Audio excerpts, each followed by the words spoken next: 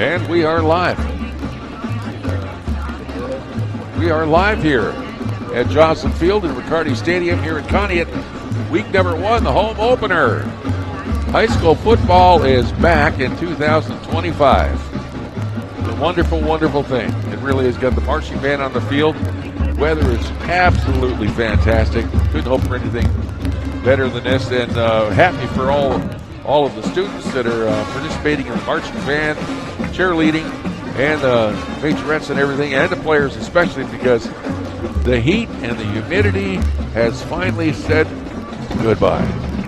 And that was awfully hard on these guys, because we had players were running. I don't know how far they were running, but it was probably a mile and a half, maybe 2 miles or whatever, in full gear, wearing their helmets. And that doesn't sound like fun at all. But once the heat broke here this past Wednesday, you could tell that the atmosphere on the practice field was very, very different.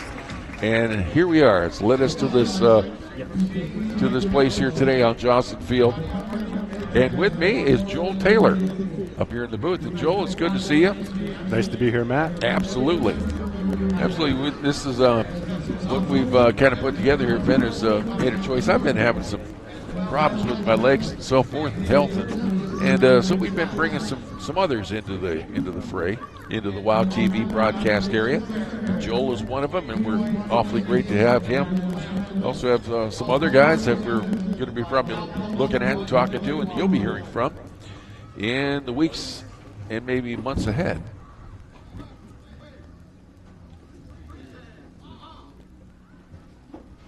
And then they're getting ready for the national anthem there.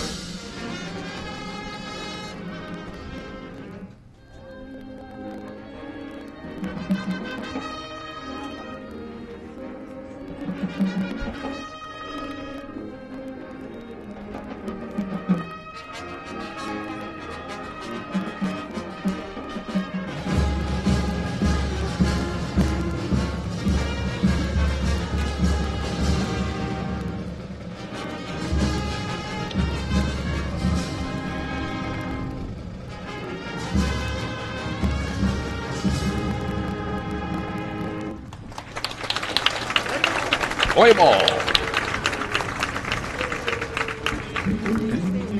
Did it very nicely.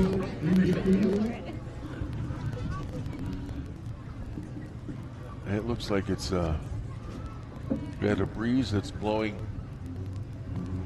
out of the east into the west, so that was a little bit different from what we're used to most of the time during game time. Tonight we're at Johnson Field. We're the Conneaut Spartans going up against the Cuyahoga Heights Red Wolves. At first I thought they were Redskins, and I thought we were going to have to talk about that. We don't have to. They're the Red Wolves. They're a smaller school. Yeah, and we're going to go to the coaches show now too, here on WOW TV. We'll be right back.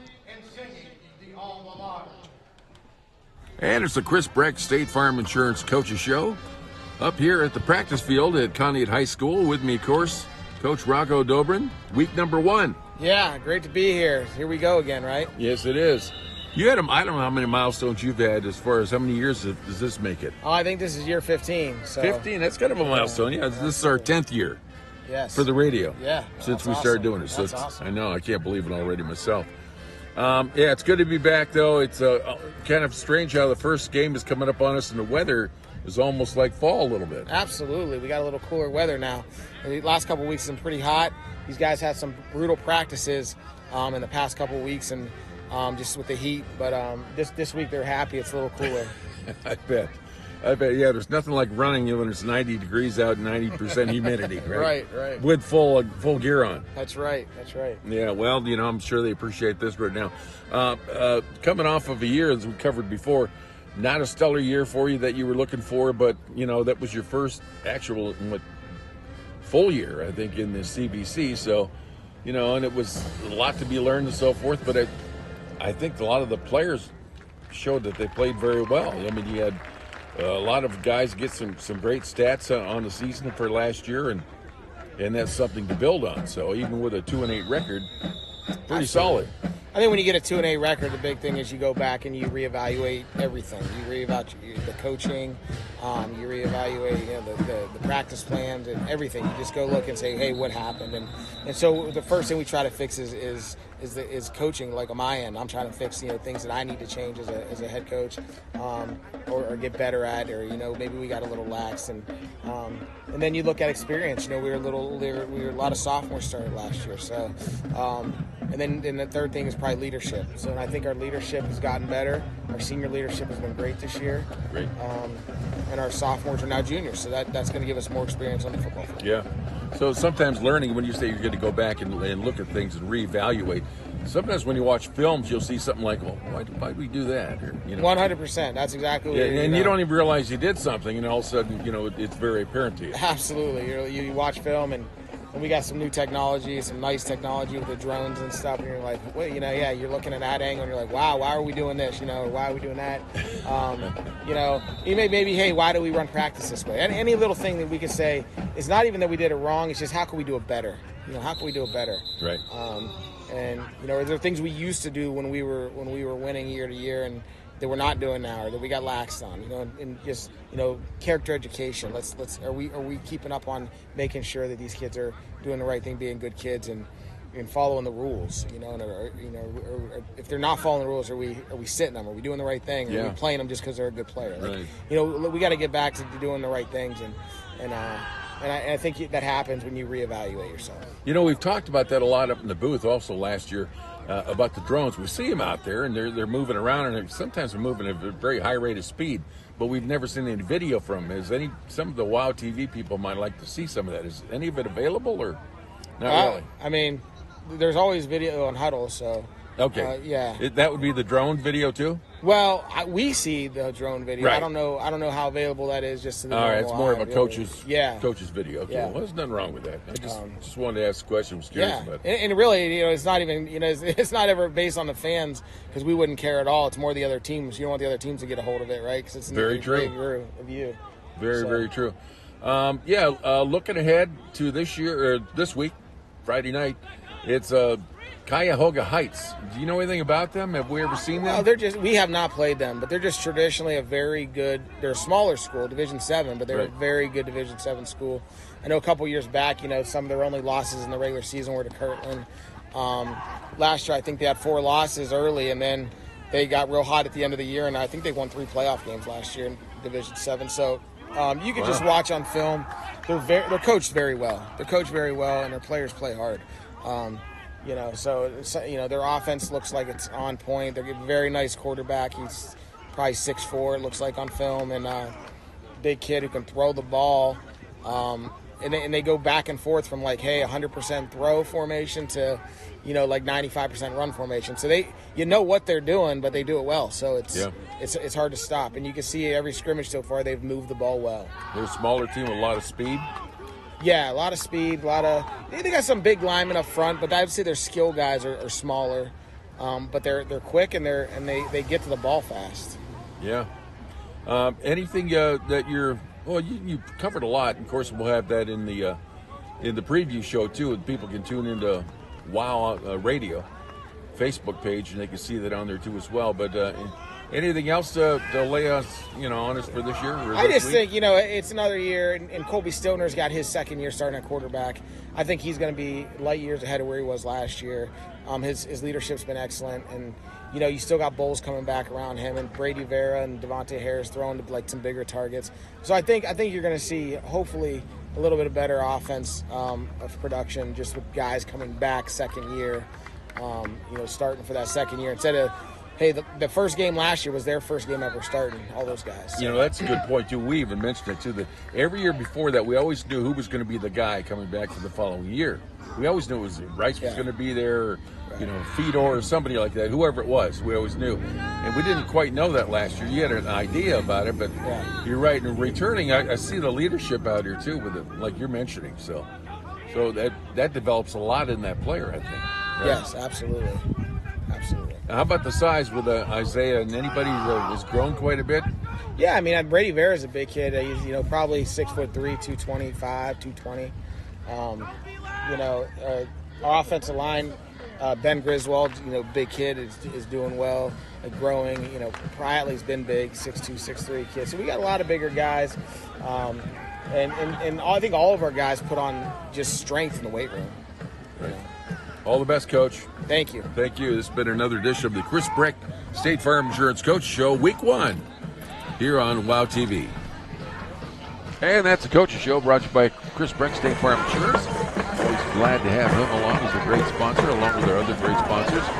Dairy Queen here in Conneaut. And remember, they've got the blizzard of the month. It is the Reese's Caramel Craze.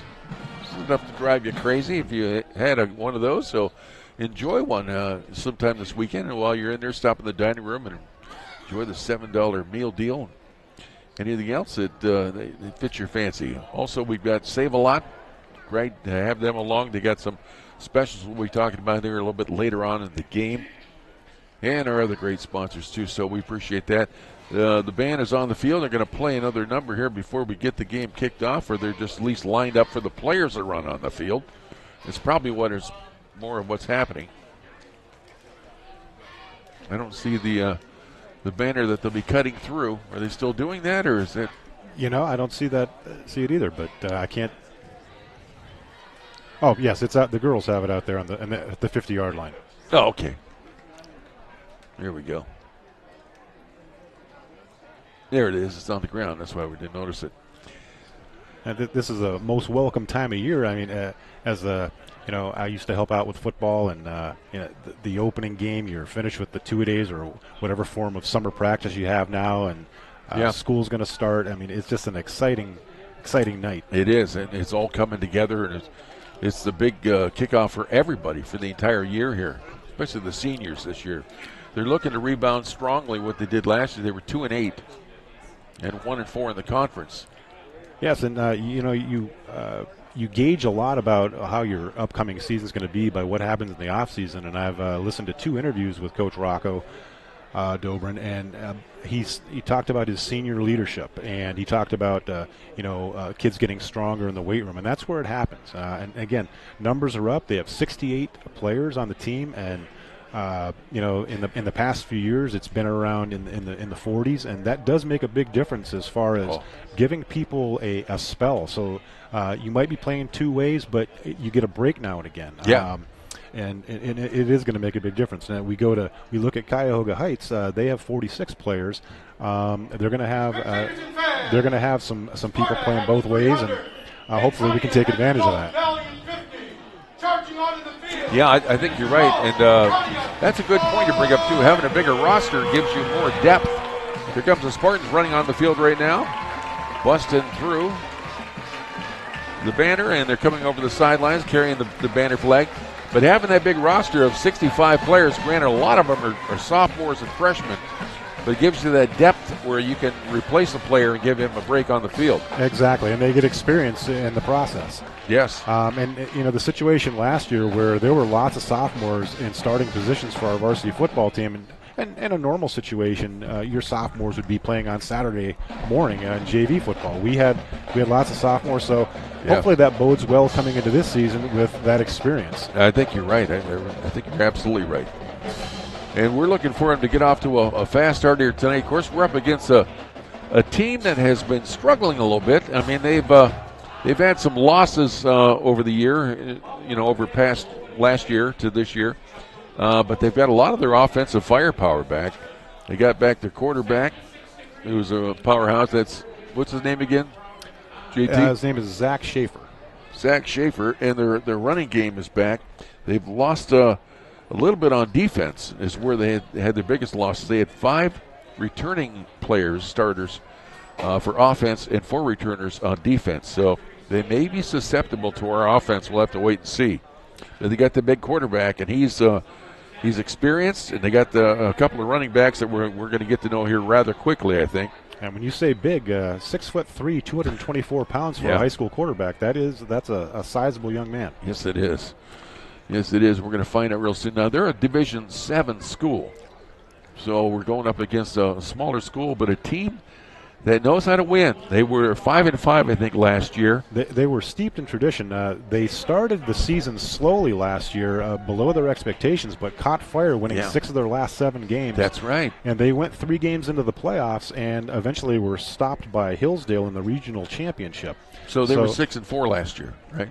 Was that right? Or well, I mean, they didn't they win 3 playoff games? I think they won 2 playoff games. 2 playoff games. Okay. Yes, they were 6-4. You are correct. 6-4, and then had 2 wins in the playoffs. So I mean, it takes a lot for a team to even get a win in the playoffs. And there's the opening kickoff of 2025. Bounce on the ground. That's number 3 that picks it up right off the bat there. That's Kurtzvin. He's taken down around the 17-yard line. Curtis Van Diffner. So they Spartans get a good stop there early on. Devin Fogel on the tackle. Cuyahoga Heights will set up 1st and 10 at their own 16-yard line.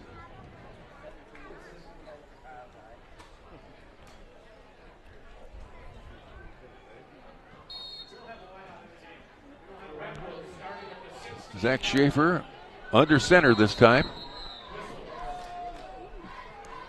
Looks like Gavin Chamberlain is behind him. He's a little.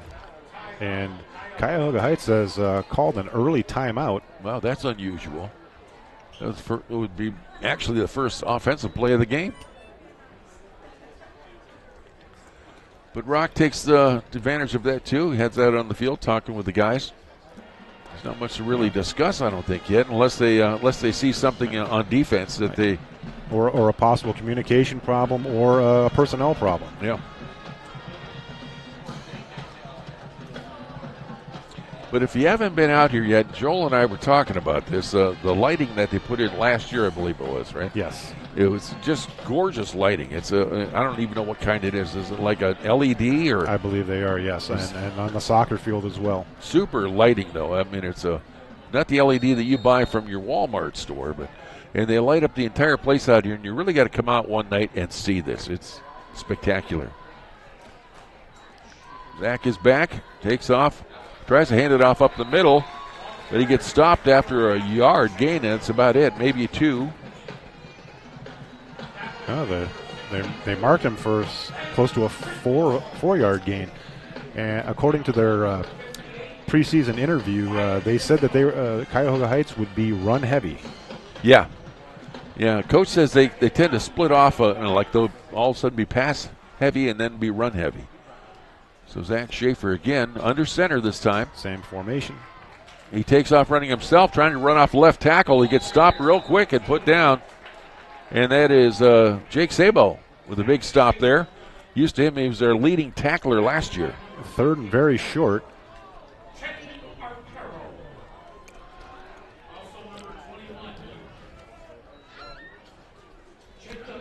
Coach Al Martin of Cuyahoga Heights stated that he thought his offensive line would be one of their strengths. Yeah, sure, that was Josh Sabo.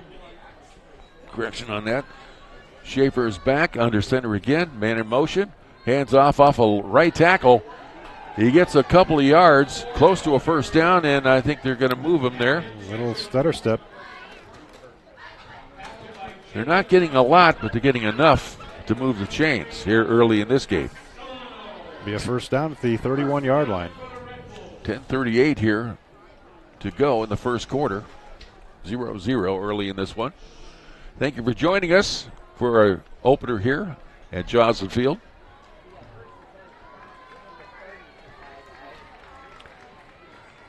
Coming to the line, it looks like Schaefer runs everything under center, at least from what we can see right now. They've run the same formation each time, motion, different direction this time. Oh, it's a pitch out. He had a spin move and a pitch out. He gets stopped. A couple players there, a couple Spartans were all over him. Somebody got him by the ankles, and then I think it was number 3. We had excellent penetration by Brady. our line, and it looked like people stayed home, and there was no place for him to go. Somebody got him by the ankle, and Brady Vera ended up getting him up top and bringing him down. So that's a loss of a yard. That brings up a second down and 11. Let's see if this little longer yardage situation brings up a pass. Schaefer's back. Like There's the throw out to the Quick flank out. on the far side. And he had a good move on him, and he beat our defender, and he beat another one. He finally gets out across the 40 to about the 41-yard line. That brings a first down up for him, I think. And Divner with the reception.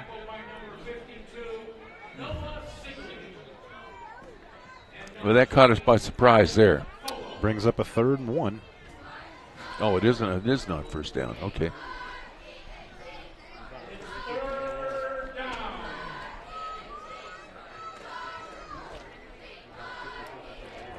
Cuyahoga Heights is 1 for 1 thus far on 3rd down conversions. That was a sneaky way to mix a pass in. Schaefer's under center right now. Man in motion. Looks to handle it. No, he keeps it and runs up the middle. I think it was a broken play. I think he was going to hand it off. We have a flag on the play. And looks like a hold on the Spartans. Oh, he was going to give it to Chamberlain, I think, there, but the play was broken. I think you're right. There's an example of a veteran player, though. He made the best of a broken situation, and it looks like they're going to have a first down. In one way or another, a face mask. Yeah, they don't mark as of a. I think last year was the first year. I think don't they mark it? It used to be from the point of the infraction, but now it's at the point of the down, I believe. Is that right? He marked 15 yards off or 10 yards off on that. Well, that moves them down the field quite a bit. They're across the 50 to the 40-yard line here. Spartan territory. Yes, they are. 1st and 10. Schaefer's back. Hands off up the right side. And that's Chamberlain again, I think, isn't it? Yep. 5 yards on the carry. He's a little guy, but he seems to be rather strong. He fights his way, pushes through that line rather effectively. And here's the thing, if you're picking up 5 yards on first down, it could open up your playbook a little bit, give you a chance to, maybe look downfield a little bit.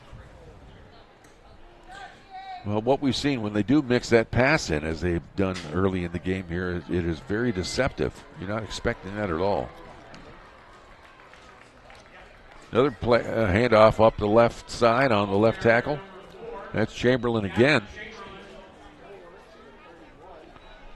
Chamberlain listed as 5'9", 156 pounds. So they call him a fullback, but he.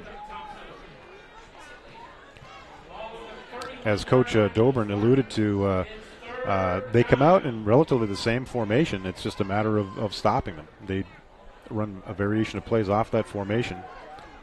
Now this is something different. 3 men in the backfield. Almost like a side wing or something. That was a straight up. Yep, the fullback, and it looks like he has it. That was Chamberlain just running straight up the field, though. Like a dive 22 or something. Yeah, it almost looked like they had like a half wing or a right wing run offense set up on that one. First down at the 28-yard line. They've got some big horses up front, too, for a Division 7 school. For a smaller school, they got some size. They certainly do. And again, their coach alluded to the fact that their line would be one of their strengths.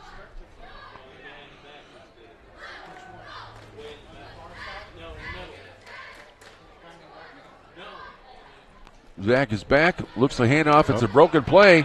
He gets caught and finally brought down. That'd be for a loss on the play. He'll lose about 2 on that one, maybe 2.5. I'm not sure how much of a broken play that was. It was just a great penetration by our defensive line. The fullback got the ball, and the Spartans were there to greet him. Absolutely, yeah. They were in the backfield before the play was even developed yet. Brings up second down and 12 yards to go. Ball spotted at middle of the field at the 30-yard line. If this defense can continue to penetrate like that, I think it's going to be a longer night for these guys.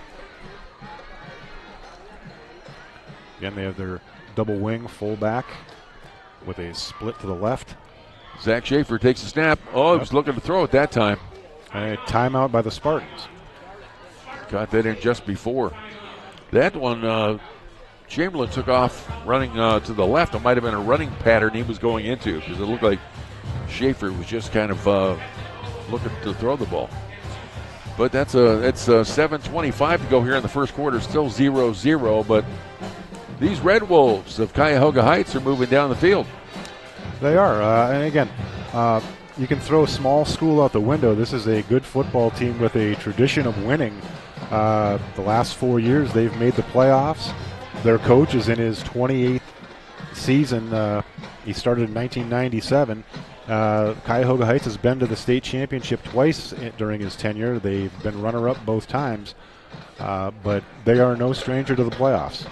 And thanks to Chris Breck, State Farm Insurance, for being a great sponsor of the Conneaut Spartans.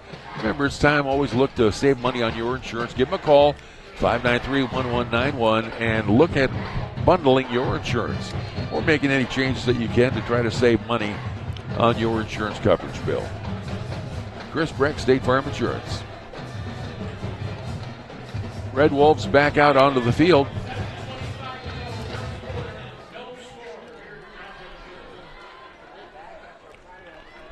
Schaefer's under center.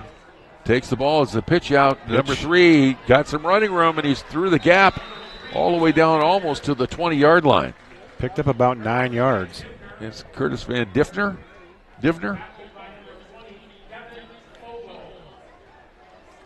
That'll bring up 3rd and 5. That was a tough play.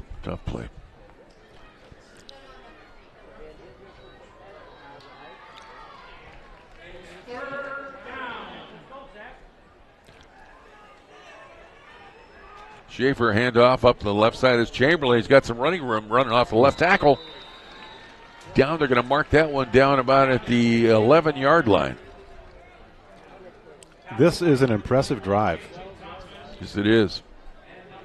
And, you know, if Cuyahoga Heights has the ball, we can't score when they have the ball. So the more they do this, the better for them. And, again, mixing up, they have a balance of run and pass here. I think it's the kind of thing that Spartans are going to have to figure this out in order to shut this thing down. It's a pitch out to the right this time. Got some running room over there, too. He's off the... Cuts in before the receiver of the Red Wolves and gets himself down to about the 3-yard line. Number 12, Ben Armbrust of Cuyahoga Heights did an excellent stock block out there on our corner to give him a couple extra yards. Yes, he did. He gave him that hole to cut up through. 2nd down and goal from the 2. Schaefer hands off to Chamberlain. In for the touchdown. That was the easy run off the right tackle. And that's a touchdown for the Red Wolves.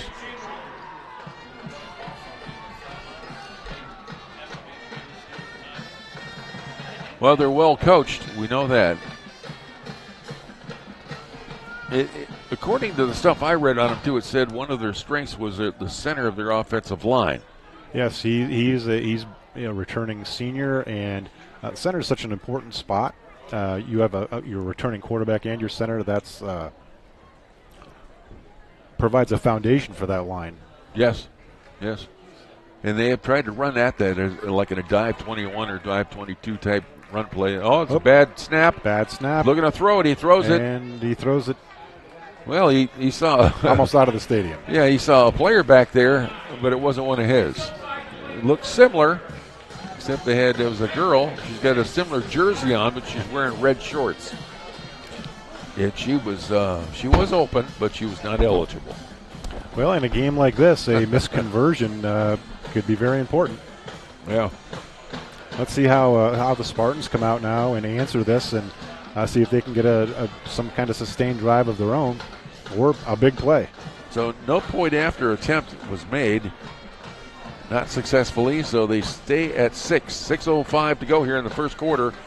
Red Wolves are up 6-0, but the Spartans are going to get the ball. Going to get a good look at that Spartan offense here. That they've gained a lot of confidence. You know, that's a lot of stuff the coach was talking about the leadership of the seniors out here on the field. Last year they didn't have that. We kind of talked about that. They didn't really know. We didn't really know who the starters were going to be last year at the beginning of the year. There wasn't that heir apparent like a Rice or a, Mike Williams or Fedor or somebody along that line. But these guys went out and they earned that position, and now they're coming off that and some great numbers that they had last year too individually. And I think they're going to try to put this thing together and gel as an offensive unit, and that begins here in just a few seconds. And again, he predicated the offense on the run, and that everything is going to come off of the run, and so we'll see what happens.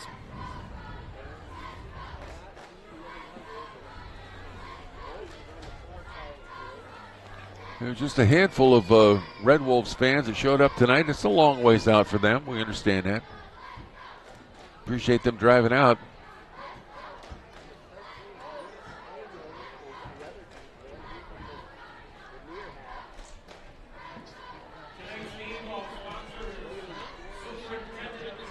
Are those all their buses over there? Yes. Looks like a lot of buses for just a few people. I mean, the teams take up a bunch, I know, but. And their band as well. Oh, yeah, the band.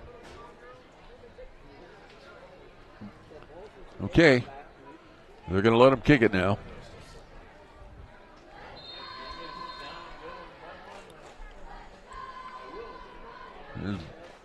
Bree Roosh. Here's the kick. It's a short one. Taken. Oh, it's fumbled, but fallen on quickly by a Spartan. My goodness. Number 13 on the recovery. Cedeno is throwing a big win in there right off the bat here. Right place at the right time, and he's one lucky of those, for us. Yeah, he's one of those guys. Is probably going to be a teeter-tottering back and forth as a run or a slot receiver between sophomore and or varsity and junior varsity this year. But that shows a big play right there, a heads-up ability to recover that fumble. Keep the Spartans in this game early. 1st and 10 on the left hash. Colby Stiltner gets the ball in a shotgun. It's a missed handoff. And they get the ball. The Red Wolves land on it. It's a turnover. First offensive play for the Spartans. Well, they can't. I don't know if anybody caused that fumble. Just was a mishandle thing. Just a mishandoff. Yeah. An ominous start, but it's early in the game. Plenty of time. Plenty of time. They just they've got to get it together on that. Maybe just shrug it off, right? Opening night jitters and. Yeah. Need a big stop here.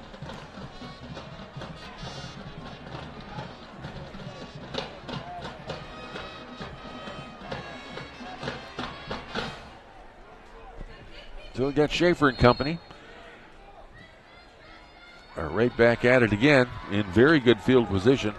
Man in motion. It's a pitch out again, number 3. He's got a little running room, but he gets caught and brought down. He'll pick up probably about a yard, maybe a yard and a half. 2nd down and 8 yards to go. Ball on the Spartan 35-yard line. You'd like that. That's that Curtis Van Diven? I believe it was. Van Duven. Van Diven. Divner. He seemed like Van Divner, yeah. He seemed like a guy that they like to go to on that pitch out. And you said it earlier, their fullback, Gavin Chamberlain, the senior, you think of a fullback as a big bruising guy. He's a tiny guy, but he is a force to be reckoned with. Yes, he is. There There's he goes. Another one right up the middle. Oh, he gets flipped around. He tries to get up and run the ball again. I'm not sure he knew what happened to him. Brings up 3rd down and about 5 or a long 4. Yeah, he got spun around on that running play. It went down on the ground, and he was clearly down. He jumps up and tries running off again. We responded. I think somebody hit him to knock him down again. Fortunately, it didn't result in a penalty or anything. They are 3 for 3 on 3rd down conversions thus far. Schaefer back. Here's the handoff. Oh, it's a keeper off the left side. He's got running room, and he gets all the way down inside the 15. Fights his way down to about the 13-yard line, or 14. All right. It looked as though two men were in motion, but no flag was forthcoming. Well, we'll have to go back and watch that one in replay here on WOW TV. It'll give you something to do tonight when you're home in the easy chair. Go back and watch the instant replay. 1st and 10, ball on the 14-yard line. We have 4 minutes and 28 seconds left in the first quarter. And a running play again up the right side. He's going off the right side. That's Chamberlain again. Look at him. He says, like you mentioned in there, he looks like a small tailback, but he's stronger than you'd think. He fights his way through those big guys. He keeps his feet moving, protects the ball. Yeah, I'm listed here as 156 pounds. That's probably right. They can get a first down inside the 5 without scoring a touchdown. Yeah. We have 2nd down and 4 to go. They're moving the ball effectively again, though, Joel. And the clock is running. Schaefer's back, taps his foot. Somebody's in motion. Chamberlain gets the ball. He dances out to the left side, gets down. I think he's touchdown. That's inside the goal line, unless they call it just short. I never saw an indication. He got the ball, and there was a Spartan in front of him, but he quickly sidestepped out to the left, and that allowed him then to proceed through another hole, leading him to a touchdown. So that is number his 4. Second score of the game. Gavin Chamberlain. He's a pretty talented runner. Scored on runs of 2 and 7 yards. So they're going to go to kick it again here. They did not have much success on their first attempt at a conversion. Kick is up. Yeah. And that one is good. Yeah, that's number 27 is their kicker, I think, right?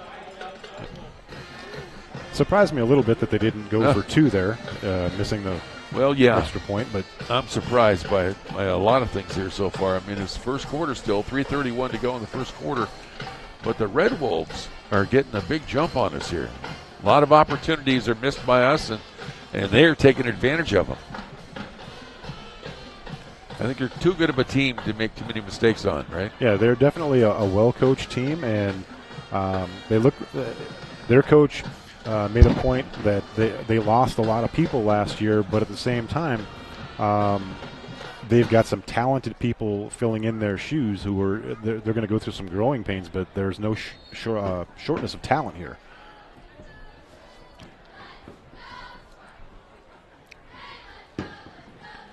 Well, they've got some confidence out on the field here so far, I think, in the first quarter.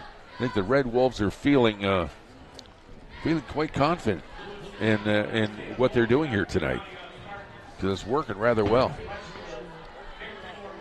The good thing about a football game is it's 4 quarters, and this is only the first quarter, and there's still plenty of time left. That's right. And we got the team that can turn it around.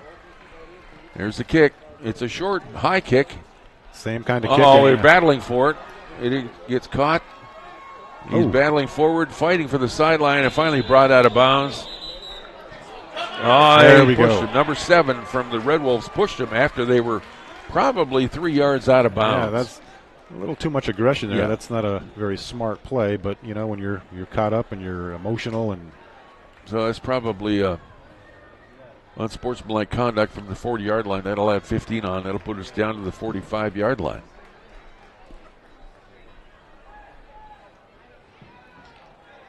And you're exactly right. We have 3 minutes and 24 seconds left in the first quarter. Spartans down 13-0 to the Red Wolves of Cuyahoga Heights. Well, this is a great field position to start this drive. There's another run, though. Nice run from Luis Cendeno. And that player, again, that we mentioned is going to be teetering back and forth between JV and varsity. I think he's showing early here in this game that he's the one guy that's showing, hey, maybe you should take a better look at me. That shows the confidence they have in him, putting him back to take the kickoff. Stiltner is back in the shotgun, gets the ball, hands off. Oh, no, he keeps. That's Isaiah actually takes off running. I thought he gave the ball back, but he didn't. Isaiah kept it, and Carrick Dobrin on the carry. Oh, I'm sorry, Carrick did. Fought his way out of that. He was like smothered by Red Wolves around him there, and he backed out and worked his way over towards the near sideline here. He picked up 4 yards, nifty little run. Yeah, it was a heads-up play.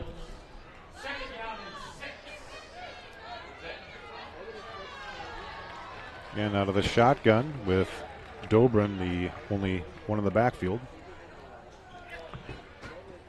There's a keeper. Stiltner keeps the ball. Fights his way down to the 35-yard line. Looks like he has a first down. Toby Stiltner, leader on this team, he's going to, I imagine if you're in trouble like they've been in so far, he's the kind of guy that's going to try to take as much control to keep this thing alive and keep this thing moving. They can't have all these problems early on.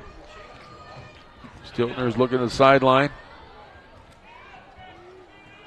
asking for direction from the coach. Very, very short. Third down and inches. Carrick off to his right side, hands off. No, he gets a keeper. Stiltner's again. looking for running Gets room. Inside. Oh, and he got one guy over there. That's number 3 again. The one that we about run 7. into, Curtis Van Divner. He somehow got a hand on Stiltner. And if he hadn't, there would have been a lot more running room if he had gotten by him. But not so far. But still moving the ball quite well. 1:59 to go in the first quarter. Spartans are down to the Red Wolves 13-0, but they are driving. Spartans are on the move. 29-yard line, 1st and 10.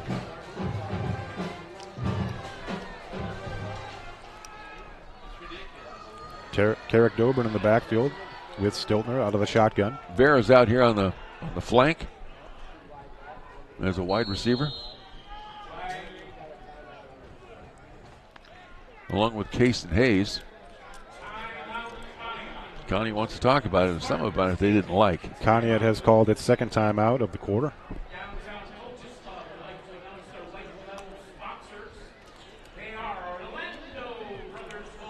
And we were at 1 minute and 46 seconds left in the first quarter. Yeah. Okay, I'm losing all my papers here. I wrote something on the back of one of them, but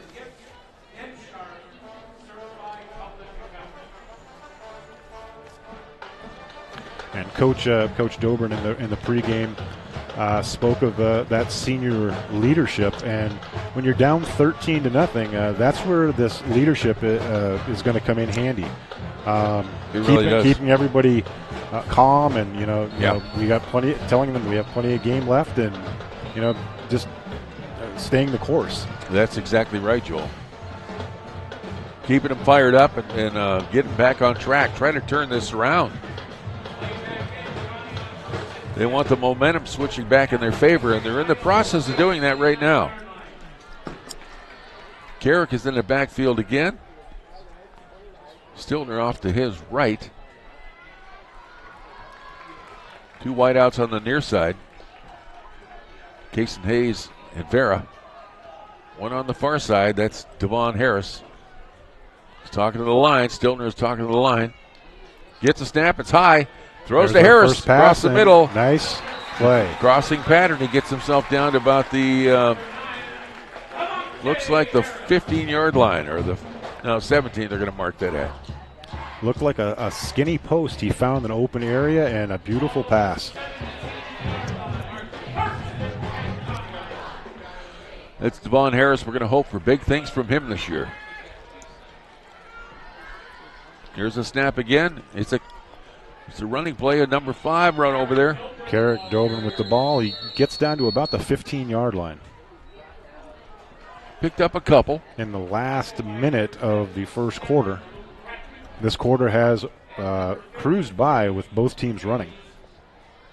Hey, Ben.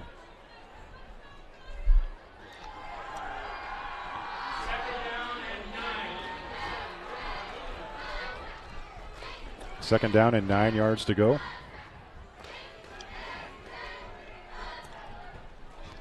It's a handoff play. He's got some running room off their left tackle, but he only gets inside the 10. Again to Dobrin. Looks like he's down to about the 8-yard line or 9.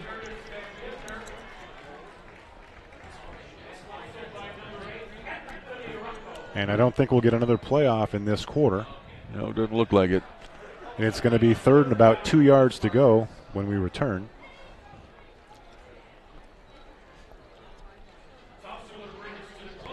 And there's the first quarter. That's the first quarter. It's wrapped up. Not too good right now, but the Spartans are on the move. The Red Wolves have a 13-0 lead over the Conneaut Spartans, but we are threatening to score here within the next minute or so. So we'll be back with the second quarter in just a little bit here on WOW TV. And this is a preview show of the season here for 2025. With me is Coach Rocco Dobrin. Coach, coming off a year of 2-8, 1-4 in the conference, but you had a lot.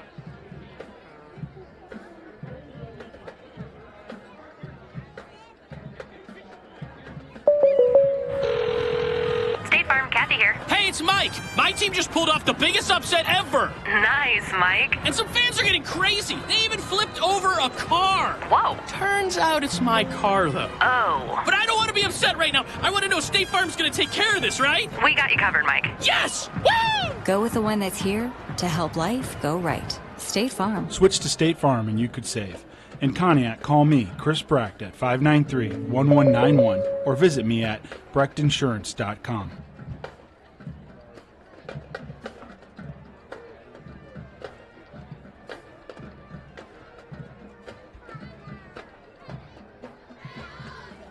Your Conneaut Save-A-Lot grocery store is a proud Spartan sponsor.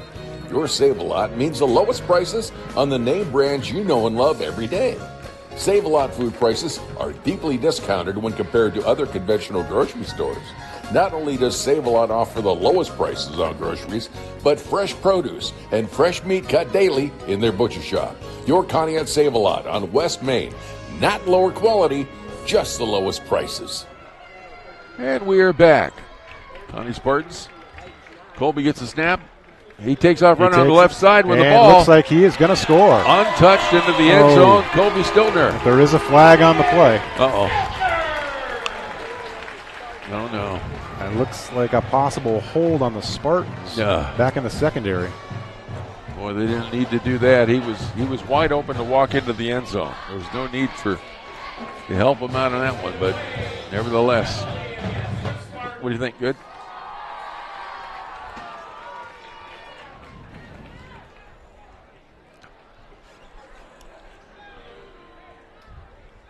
So where are they going with the ball?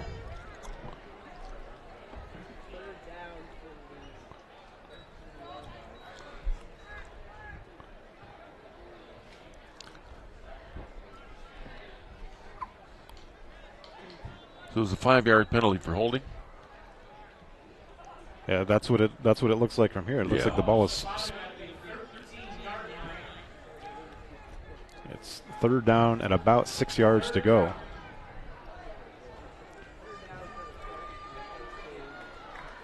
Stiltner back, gets the ball, hands on. No, he's going to throw it instead. Pass, and it's a low ball. Broken up by Cuyahoga Heights. Oh, my. Nice break on the ball. Intended for Aaron Johnson. Too low, though. He's a big guy. Aaron, 6'3", 210 pounds. You got to get that ball up in the air a little bit for that guy, and then he can get all of that 210 pounds rolling towards the end zone. Another one of the great leaders that Rock's talking about, too, on this senior squad.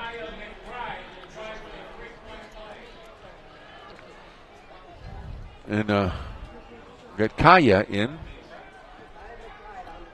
Our kicker this year is going to be the starter on the varsity, as far as we know. And there's the ball snap. Is down. Her up. First attempt, and just a little bit. Oh, it's too short. I don't know what happened. I think we're going to get a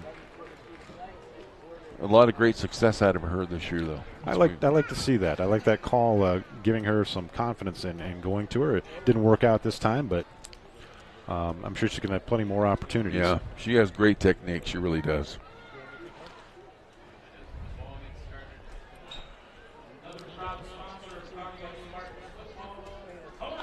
I had the opportunity to watch our girls soccer team earlier this week. They are 2-0 on the season, and they've got some legs on those. I mean, they can kick that ball.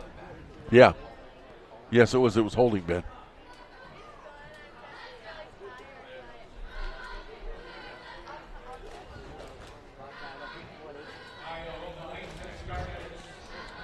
Look at this camera. I know.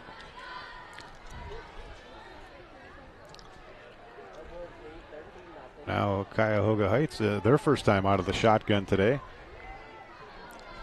Schaefer's back. He's going to throw the ball this time. Rolling out, looking for the sideline over here. Left and completes. Completed. Pickup of about 5 yards on first down. It's Nathan Tomer. First time we've gone to him tonight. Mixing in some different Red Wolves into the offensive strategy now.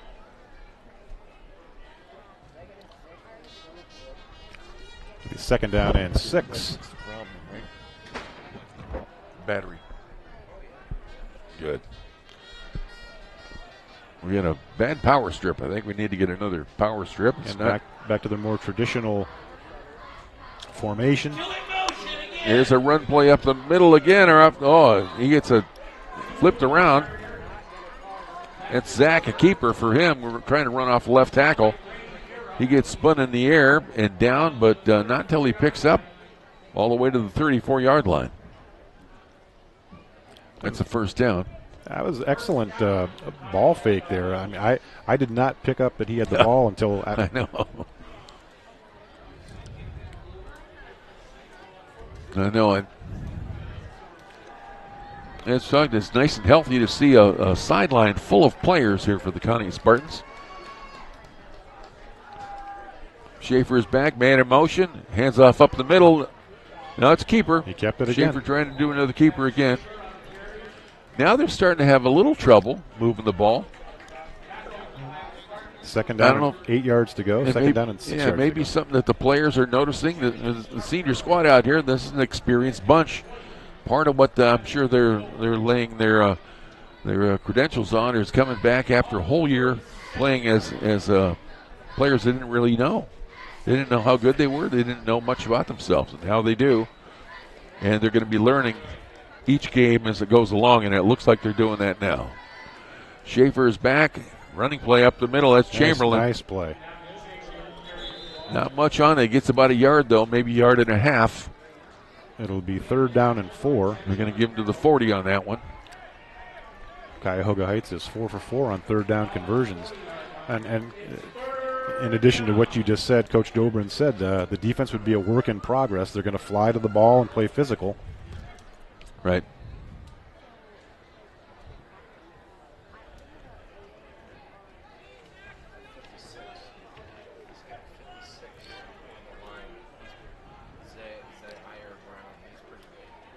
Yeah. Running play up the middle. Kept it again. Yeah, he kept persisting, pushing his way through, and that's Schaefer again. Picked up about 7 yards and the first down. He gets almost out to the 50-yard line to midfield. Red Wolves are on the move.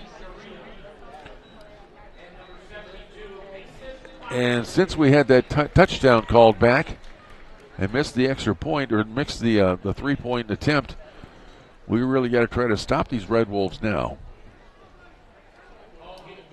Don't need this one to get out of control.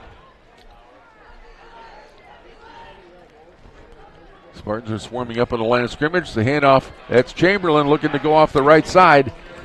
He gets maybe one. Oh, no, it's more than that. Looks like about a 4-yard gain according to the spot. Yeah, they're going to call him all the way to the 49 across the 50. Right on the 50. Well, he has a unique way. Second down and 7 yards to go. Of getting yardage out there. I mean, he's part of now we know it's Schaefer and Chamberlain that are the biggest obstacles. Both juniors. Yeah. Excuse me, Chamberlain is a senior. It's a handoff up the middle. Chamberlain gets across the 49. They're going to add another yard to that one. Bring up a 3rd down and 4. Clock is ticking, though. It's 8:16 to go here in the half. Spartans have got to get the ball back and start doing something prolific with it. Again, you have seen a steady flow of substitution from the Spartans, spelling some players here and there, which when you have a large team, you have the ability to do this. Schaefer under center, takes the snap. He takes off running on the right side. He gets nailed, but not until he gets across the 45. They're going to mark that one, it looks like, at the 43-yard line. And it looks like that's first down. First down.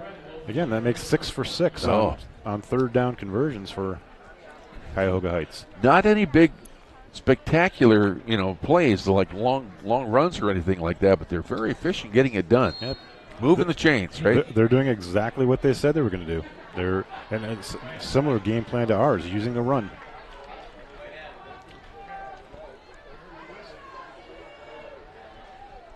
Schaefer takes a snap, pitches out. He's got a running play, but no, it's going to go for maybe a half a yard. That was well played by our defense. They strung that out nicely. Yeah, it was. And that was a well played fake handoff to Chamberlain up the middle, and then the pitch out, and they were able to react to that one. James Fadley on the tackle.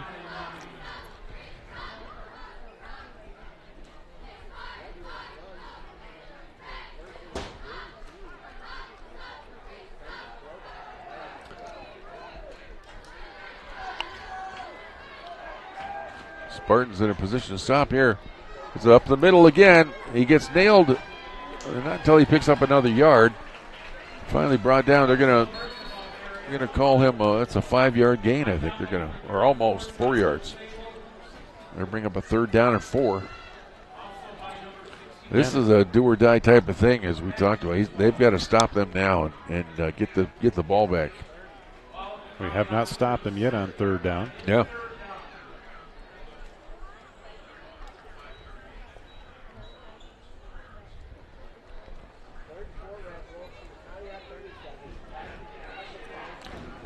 Very impressed with this ball control offense that Cuyahoga Heights has. Oh, I agree. Schaefer takes the snap, looking to throw the ball. He does. It's completed at the 30, and he gets wrapped up and brought down, but not until he gets down to the 30 or the 27. That's number 11 there who got that one. That's Nathan Timmer again. Tomer. First down at the 26-yard line of the Spartans.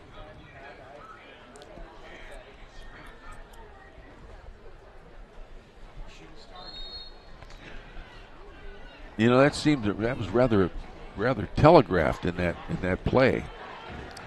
We were playing off quite a bit on the corner on that side. Tomer's in motion. Handoff, that's Chamberlain. Oh, got some running gosh. room. He gets all the way down across the 15-yard line. Showing some of that speed in addition to the power that he has. Down to about the 15-yard line, and I'm not sure we can see him. Yeah. He puts little stutter steps on in the backfield, and he picks his holes. And look at me. He looks like a small little guy, but he's got strength and speed. He does. I see Castellano was in the game, too. He was listed as being injured, but good to see him out. Man in motion. Schaefer takes a snap, hands off, and that's... Oh, he's battling for it. We got Spartans around him, pushing him back, but he gets going to pick up a couple.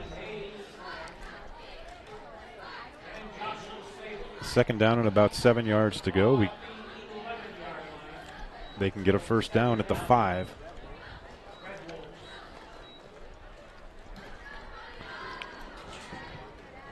And you notice that the Chamberlain's feet never stop moving. Right. Look how low he gets, too, when he's lined up in the backfield. Tomer in motion. There's a handoff again to Chamberlain up the middle. Fights his way right through the thick of that line. And picks up about 3. 3 or 4. It's going to be about 3rd and 3 from the 13-yard line. Or excuse me, from the 8-yard line. Red Wolves are marching. I think the lights will be coming on sometime in the next few minutes as the sun is going down on the west side of the field below the trees.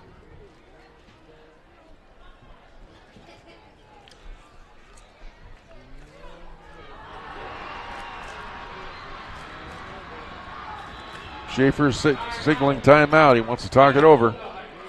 And it's their second timeout of the half.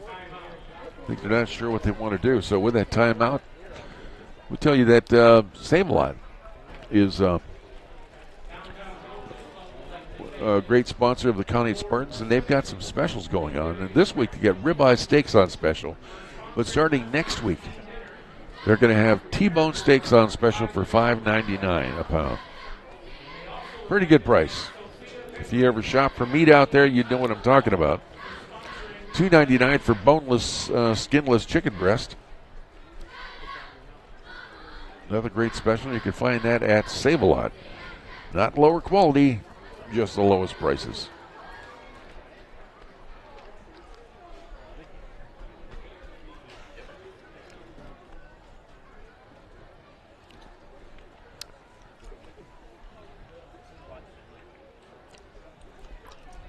Spartan defense will be facing a 3rd and 3 with the ball on the 7-yard line.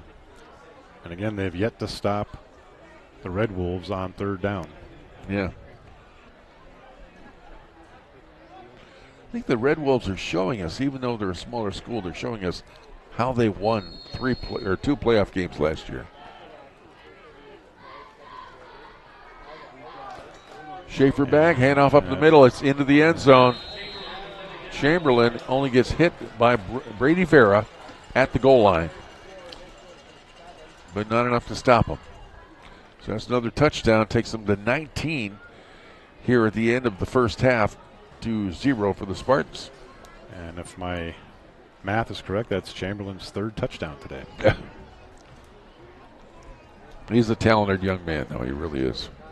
You can't take anything away from him. In fact, I think we were both surprised that he's listed as a fullback.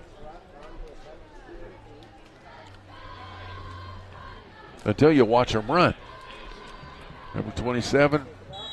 There's the kick. It is good. That takes him to 20. That's Bryce Kunch is their kicker. He's doing a fine job, too, once they get running here. I don't think there's any this isn't the time to panic yet. We've shown that we can move the ball on them. If not for a penalty, we would have scored a touchdown. Yeah. So let's again put together a drive right here. Yeah, they got 3 minutes to go here. That's enough time to get down the field. We got everything we need in order to strike and score a touchdown.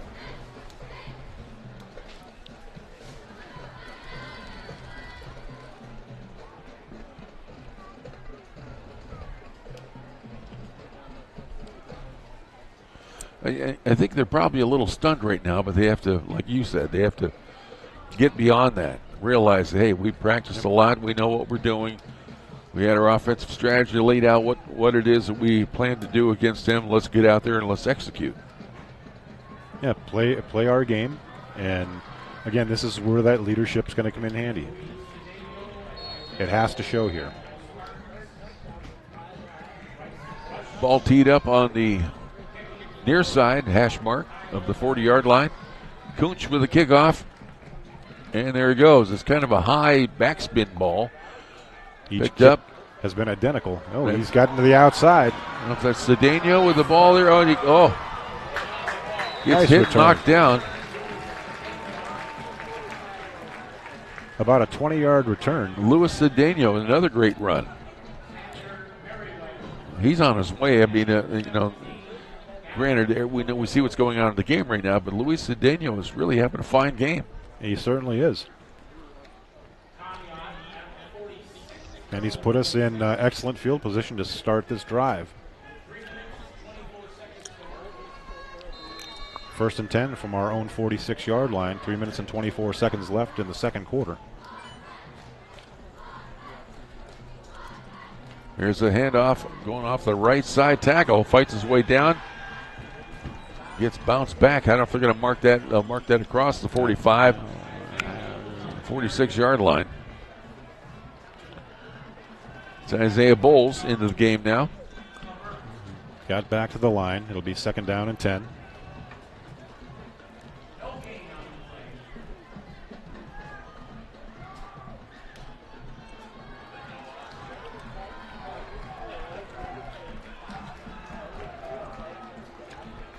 Stiltner back. Bowles off the side. He gets the ball. There's some running room on that one. Near the sideline. Get down. Finally gets knocked out, but not till he gets to the 36-yard line. I think they're going to mark it. Just shy of the 35. That may be the shot in the arm that the Spartans needed. Oh, I'll say. First and 10 from the 35. They are not huddling. Calling the play at the line. Yeah, I think that's the right thing to do. We've talked enough about this. Let's just get it done. Stiltner back. Isaiah's off to his left. Looking at the sideline now. Looking for the direction from Coach Rock. Isaiah is adjusting his equipment on the field off of Colby's right side now. There's a ball, gets handed off. No, Stiltner keeps it. He's running off the right side, gets down across the 20, down to the 22-yard line. I think they're going to mark that, or 23. First down, Conneaut Spartans. It's about a 16-yard run. And again, we are in business knocking on the door inside the red zone.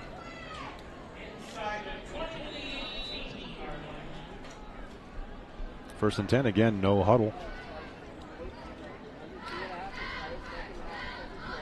Two wideouts on the far side, one on the near side. It's Brady Vera on the near side. Devon Harris on the right side, or left side. Colby back in a shotgun. Isaiah's going back and forth behind him. There's a passing play. Just off Brady's right hand. Went down, did not. He had the end zone wide open to him if he would have caught that, or if he could have held on to it. Looked like he wasn't quite ready to receive the ball. Yeah, there was something there, right. Brings up second down and 10. The 18-yard line. Everybody's standing over intently looking for Rock to give him some inspiration or direction. Stiltner's ready to go. Isaiah comes out there and says something to him and then retreats back behind him off to his left. Kobe Stiltner in the shotgun. Three wideouts on the far side now. Now they're going to call a timeout again. That's it. Spartans use their last timeout of this quarter. And this timeout will take a minute here to talk about one of our sponsors, Gerda's Pharmacy. We just mentioned earlier tonight about the tennis courts out back. If you haven't been up here, the lights are coming on soon. You should try to drive up here or come to a game. Sit in the stands and really look at how this place is just a show place. It's just fabulous. And last year when it first happened, if you haven't been up here, we were amazed by it. And when the lights came on, it's almost like you don't really even know where you are. And that's after doing a lot of games here at this field. So it is really something to be seen. And the tennis courts out back for the Bill and Vi Gerda's tennis courts at Riccardi Tennis Facility. It's something to see, too, as well, to have that lit up on top of it. So.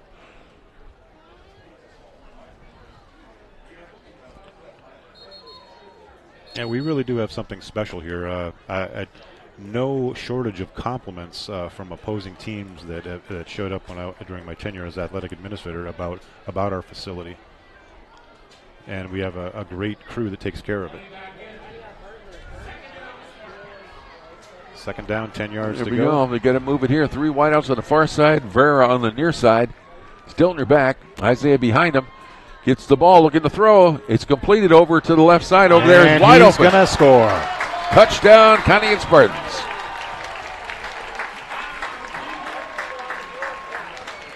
And that's Luis Cedeno again. I think we know who's marching towards the Dairy Queen player of the game early in this one. was a wonderful catch. That is what Coach talked about, how he would work into the varsity offense from JV audience as a slot receiver. And that was an example of what he was talking about with that. Luis Cendeno really showing that he's a remarkable player here for the 2025 season here early in this game.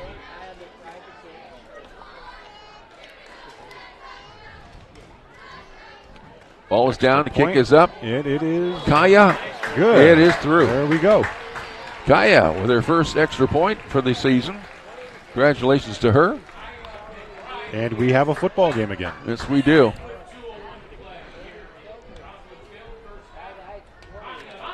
Well, it's wonderful to have get the taste of it. And we only really burn off a minute and 30 seconds, I think. And the last two times we've had the ball again, the drive that ended with a penalty and we scored, and now the score, we have shown that they've got to have some confidence knowing that they can move the ball. That's exactly right. Sun is starting to set. Got some wispy clouds off to the west. Should be a nice sunset, though, over Lake Erie. Here in Conneaut, Ohio, along the shoreline of Lake Erie. Just a wonderful evening, a wonderful place to be, whether you're at any location around the area here. There's a lot to be doing. But we're glad those of you that came here to join us for the game stopped in. Thank you very much. I would think that the lights will be coming on relatively soon. Yeah. It is getting a little dark down there. Seems like it. Now the field, it looks brighter because we have the aperture that automatically changes on the camera, so they might not notice that if they're watching on TV. But Red Wolves will get the ball back, but the Spartans are going to be looking for a way, if they can, of stopping them quickly or getting a turnover so they can get the ball back and try to do what they just did one more time before the first half ends. There's the kick. It's a low ball. Bounces about at the 17-yard line or 15-yard line, and then out of bounds.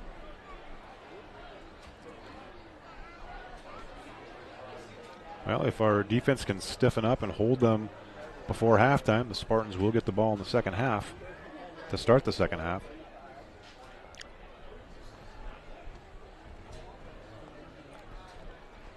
With the kick out of bounds.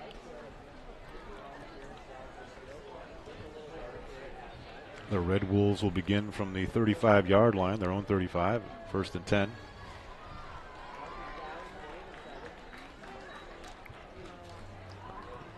Again, we have 2 minutes and 1 second left in the first half. Cuyahoga Heights up 20-7. The Spartans just scored. An impressive drive. And Red Wolves are starting from their 35-yard line. There's the ball. It's back. Looking to throw it. Looking on the far side. Going up. Oh, and it's intercepted. And there we go. Intercepted. He was right in the right position. Oh, he's coming up behind him. Watch out what you're doing. And he's down. As we talked about getting the ball on a turnover, and that was extremely well defended. And that interception was caused by the pass rush that Schaefer was hit as he threw the ball, and it came up short.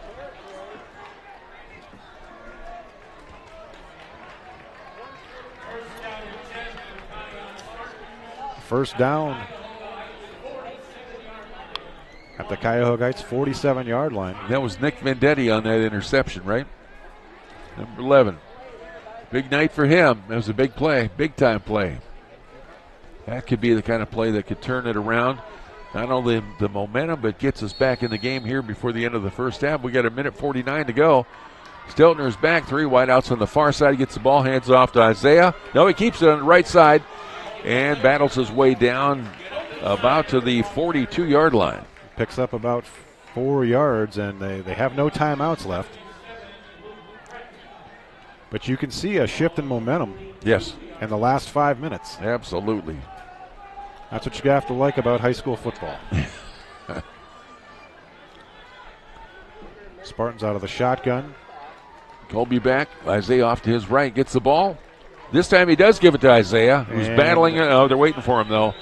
They wrap him up, and no gain. May have gotten back to the line. Yeah. Third down, 5 yards to go. Looks like they marked it back a little bit, but yeah, they were ready for him on that one. I'm sure they're keying on Isaiah. This might be a time, 3rd down and 5. Take it to the end zone. Why not? I'd go with the magic guy, number 13 over there in the slot. And you've got no timeouts. There was a flag on the play.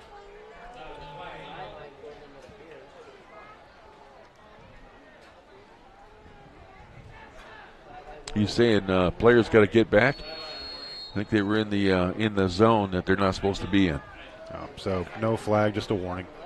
Yeah, that's the area in between the sideline and the. There's a passing play across the middle. Right through his arms. That was intended for a date. Devontae Harris. Little short. 4th and 5, 31 seconds left. It was a little low again.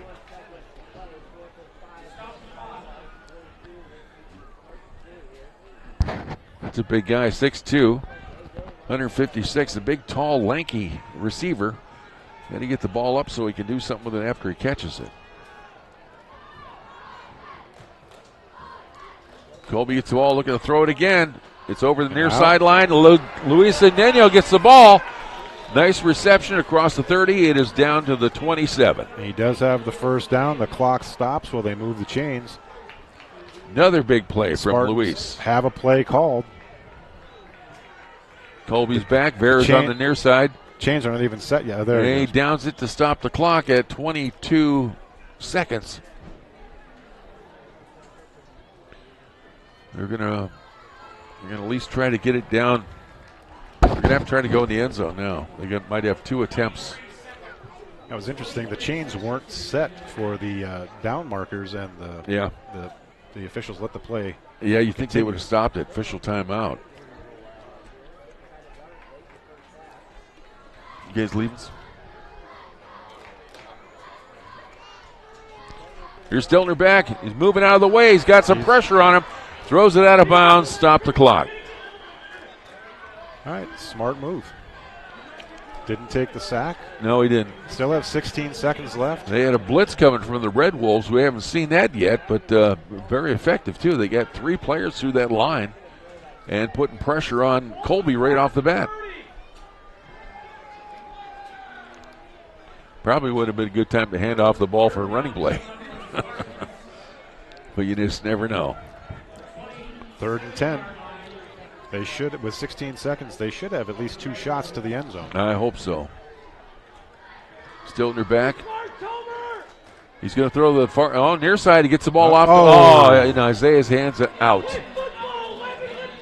Isaiah's kind of he's saying, give me that ball back again. Looked like he had some room ahead of him. Yeah, a little bit there. I know it.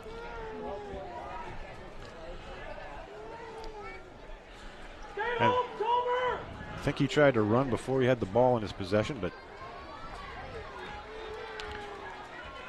Well, I imagine when they get, there we go, finally. Let there be light in Joslyn Field. 4th down with 12 seconds left. Stiltner back again. They're looking for another blitz again. They're coming through the line. There's a long pass on the near side of Luis going up for it. It was well defended. Very well defended. Luis didn't really have a chance on that one. Red Wolves will take over at the 28-yard line, at their own 28-yard line. We're probably right for going for Luis on that play, though, right?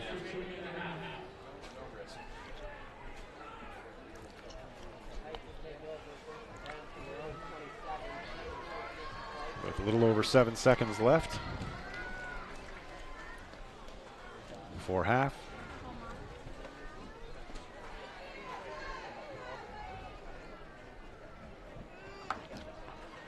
And looks like they're just going to take a knee. Just run the clock out. And they do. And Schaefer goes down, taking the knee, and that will be it. End of the first half. It is the Red Wolves 20 from Cuyahoga Heights. Conneaut Spartans 7. On the WOW TV, we'll be back in just a minute.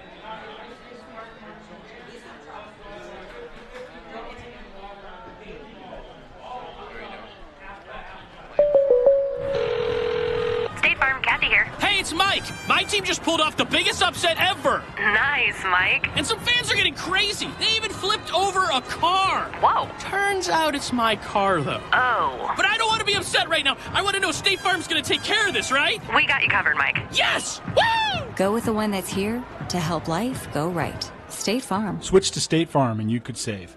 In Conneaut, call me, Chris Brecht, at 593-1191 or visit me at brechtinsurance.com.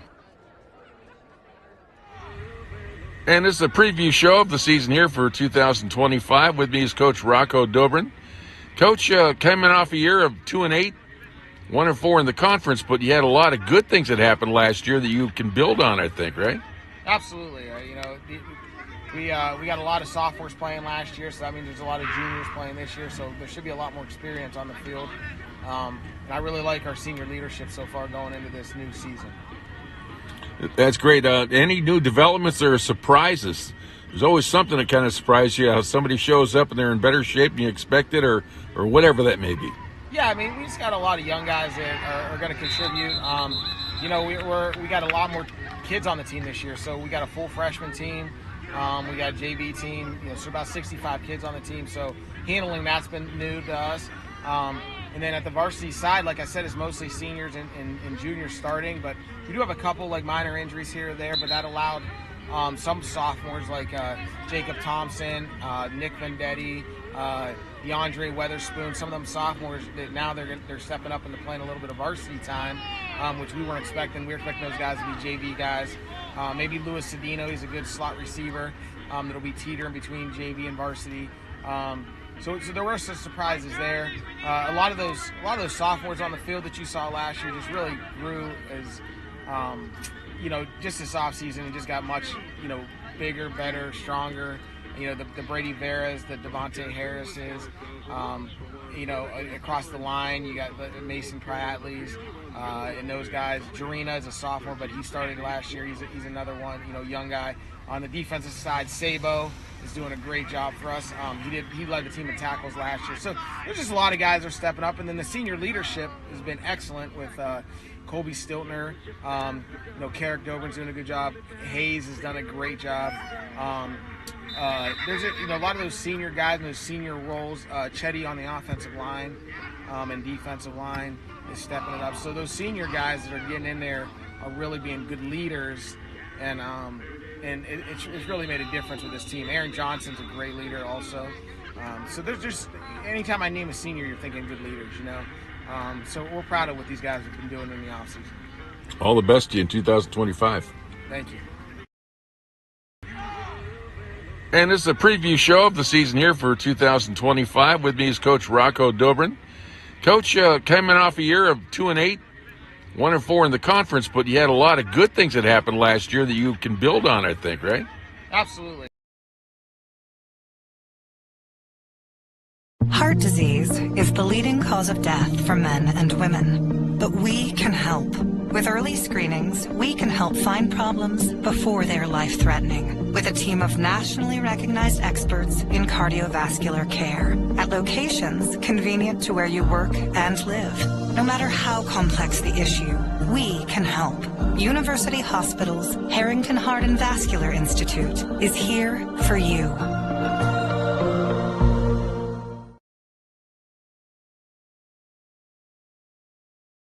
Conneaut Savings Bank's convenient online and mobile banking services is fast and easy. Using your PC, tablet, or smartphone at ConneautSavings.com gives you access to transfers, bill pay, online statements, and information on many banking services. Stop in and talk with CSB about complete online and mobile banking at ConneautSavings.com. CSB, Conneaut Savings Bank, Main Street, Conneaut. Come grow with us. Equal housing lender, member FDIC.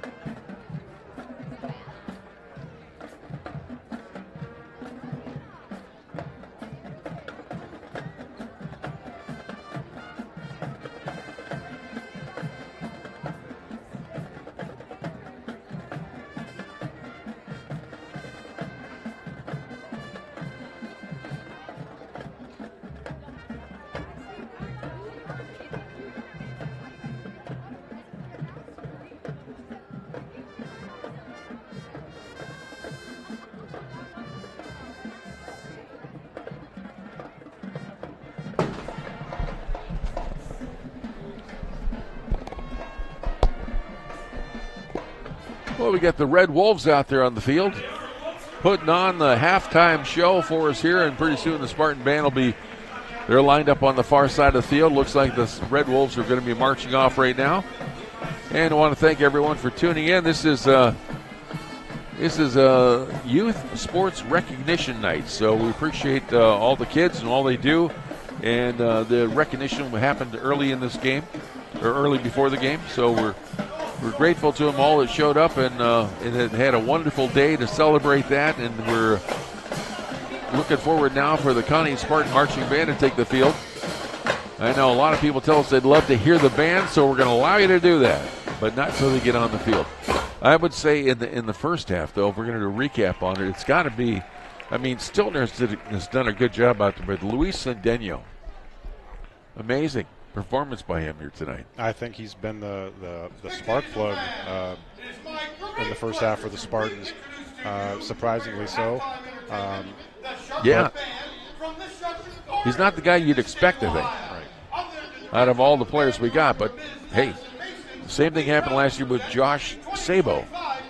We thought that, they were expecting him to do a good job out there, and then all of a sudden he became a big performer, and then he became this guy that they counted on. And then he ended up being the leading tackler for the Spartans for the 2024 season. I think we'll be hearing the name Cendeno all season long. Yeah, I think you're right.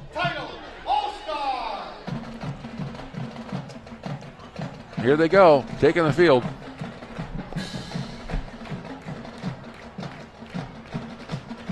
Yeah, we'll go.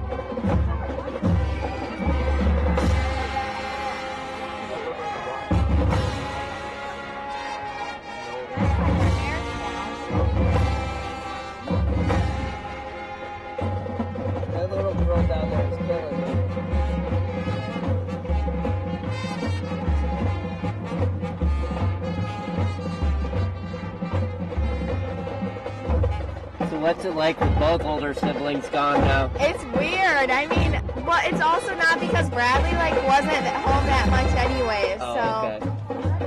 It kind of feels like he's just at school right now, which I mean he is, but how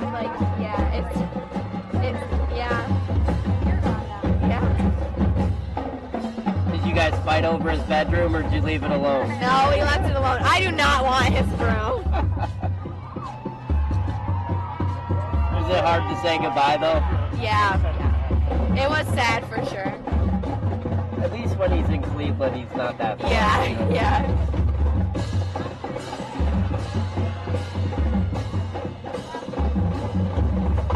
I assume Claire gets home pretty often. Yeah, she does.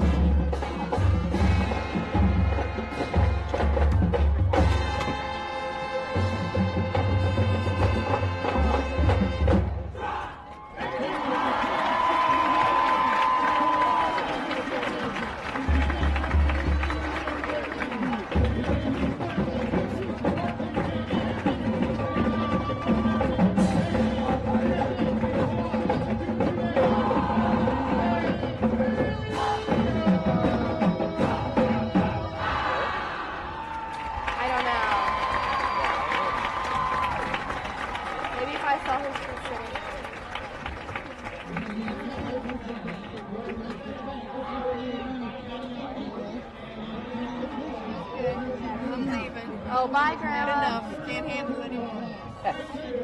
Why? More of what? Because they can't. Any more excitement? Yeah. Right.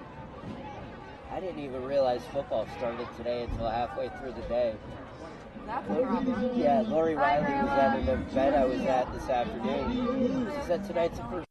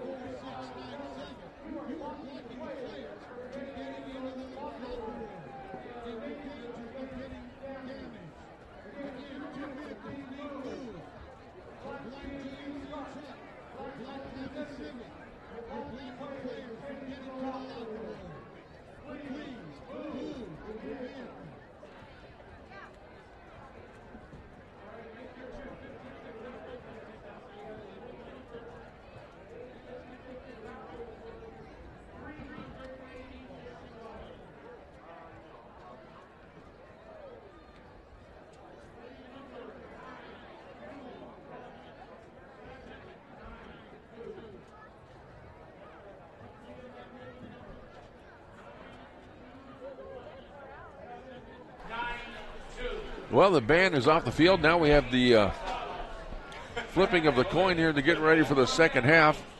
Who's going to face which side and all of that. And the umpire's out there talking to the young men right now. That's two quarterbacks. Kobe Stiltner and Schaefer. The Spartans will be receiving the ball and heading to the west end zone.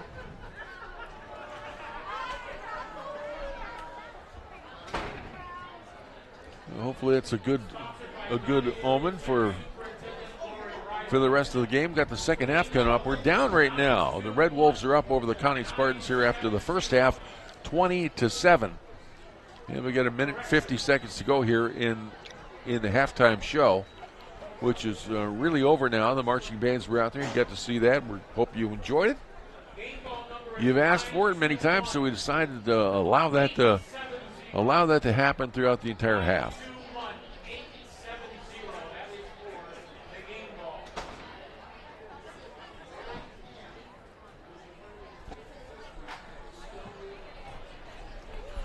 You see the skies are still lit up a little bit with the sunset, but you can also see the field, soccer field across the way here off the camera off to the right that you're seeing on your screen. That is those lights that we were mentioning before. If you haven't been down here to see everything, make plans sometime to come down for a game and just check it out. And then behind us would be the tennis courts of the Riccardi tennis facility and the Bill and Vi Gertis tennis courts.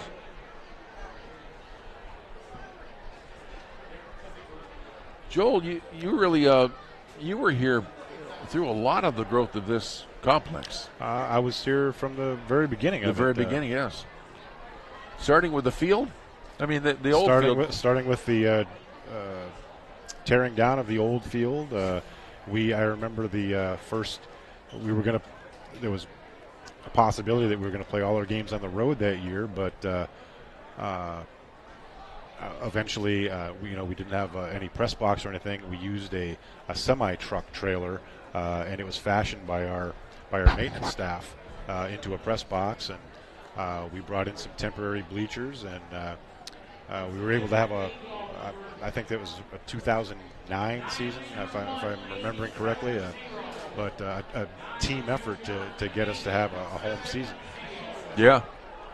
I can remember my dad played here in the old stadium, which was that brick or stonework? Yes. Up that wall? Or both? It may have been both, but I just remember the bricks were like a sandstone color. Okay, yeah. A lot of football happened here over a lot of years, and the field is pretty much the same, in the same location, right? Yeah, since 1937, I believe. Yeah, but that wasn't moved at all. No, not at all. Terrific. The other side used to be the home side. Okay. Yep, and Joel saw a lot of the changes that went on here, and it was instrumental in a lot of them happening, so glad to have him along. Here's kickoff now. Kuntz with the kick. It's a high backspinning. It is caught. Lewis Ndenya with the ball, I think, with the catch. He gets wrestled down. There's a late hit, too. He was wrapped up, but they came in and knocked him down. He was, they're going to mark that as a 25. First and 10 for the Conneaut Spartans.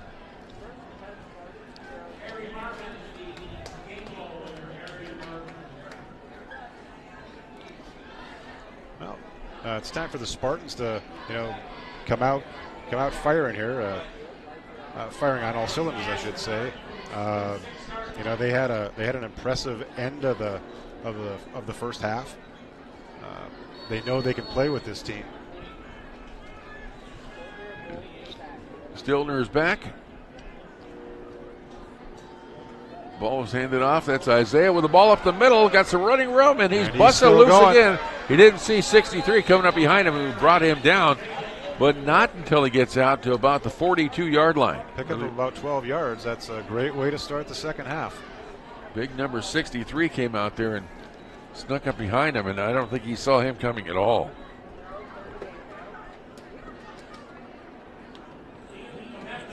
It was Anthony Kaminsk.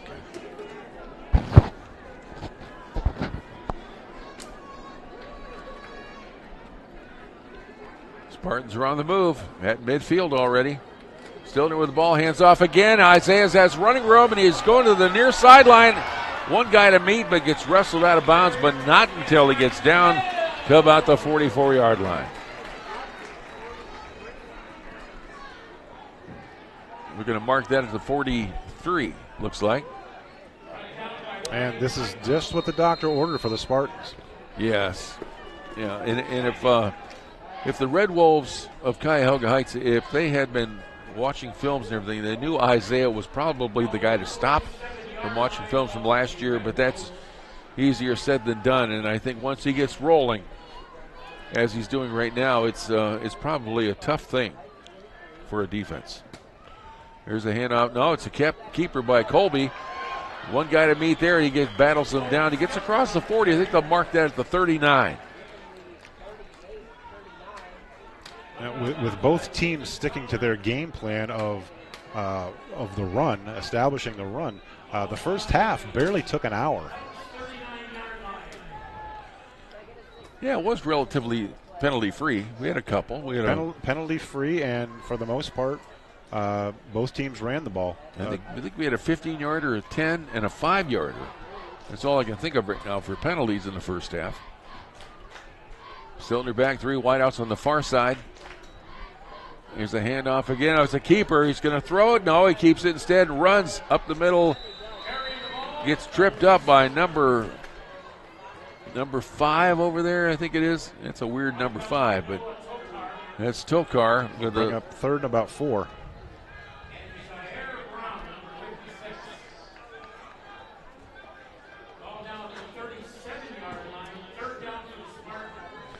And there was a lot of open field there, but it seemed like they just got one hand down near his ankle and tripped him up. Across the line, there's encroachment. He stayed across the line way too long. And with the offsides, Cuyahoga Heights gives the Spartans a first down. There we go. And a very welcome first down. And that was Charles Clement.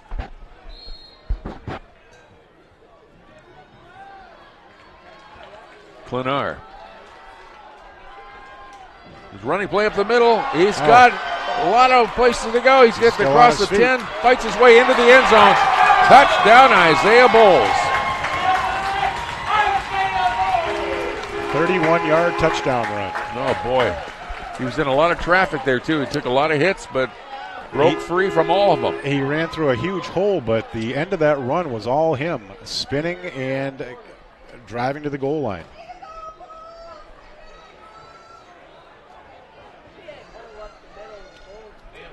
I think that's the longest running play of the game right there. I think you're correct. I think it's the longest play of the game. Yeah. Kaya with the ball's down and up, and that is good. Oh! Ball bounced off the upright. You know, I noticed those uprights are leaning backwards, too. I noticed that earlier today. Yeah, if there's something to be improved, I think a new goalpost would be something that we need, some modern goalposts. Oh, those are – do we know how old those are? These were put in probably about 20 years ago, but they replaced a set of the same type of goalposts. Okay. Yeah, they look like a really old design. Most schools now have the modern goalposts that you see on TV. Yeah. They're pretty expensive, though. In fact, I was kidding. When we do end up removing these, we're going to have to bring in a college archaeology department to probably date it, carbon date all that stuff to see how old it is. And everything underneath it.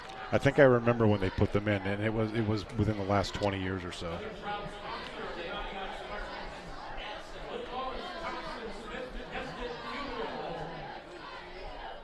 Well, this has become a ball game. Now we'll see how the Spartan defense responds to the ball control offense of Cuyahoga Heights. Yeah. And if Cuyahoga can keep that momentum up they had early in the first half from everything that's been happening here, it has clearly been shifting back to the Spartans' way in this game. So when you speak of momentum, the last 5 minutes of the first half, and now it's definitely Conneaut. Yeah, it's going to go into the end zone. Touchback. It'll be out to the 20. We haven't seen anything explosive yet from the Red Wolves. All we've seen a very modest but successful offensive strategy. They're sticking to their plan. They grind it out, and I heard them in an interview saying they used the word grind it out. The only time that they went downfield was the interception. Other than they threw some short passes. And they did a couple sweeps that yielded pretty good yardage. They probably picked up 10 or 12 off of a sweep play. The pitch outs.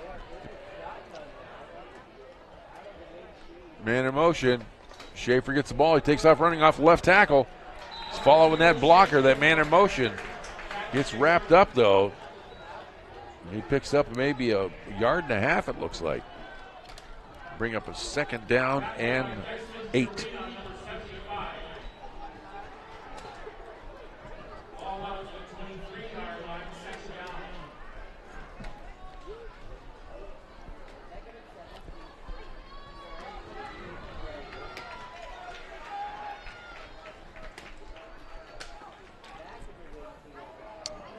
Back to their favorite formation. And off to Chamberlain. Yeah. You know, that little guy pulls a couple of the Spartans along with him and picks up a couple. You're going to make that. It's going to be about 3rd and 2. Is that about 5 yards he got? Yeah. It's amazing. It's deceptive how far he pulls them.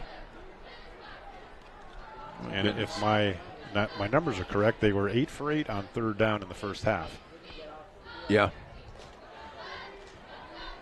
We'll see if the Spartans can change that right here. Try to give them, if they could stop them here, they'd make it 4th down and 2. And they do wrap him up. Oh. No gain on that play. That's exactly what they wanted to do. And you see Josh Sabo was in the backfield clapping his hands because he knew that they were able to stop him at the line. And this is the, at least I'm thinking this is the first time we're going to see the punter for Cuyahoga Heights today. Yeah, I think you're right.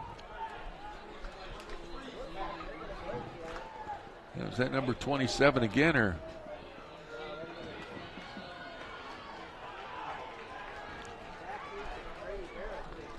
It's a short punt. He's not back very far. Not very deep. No, he isn't.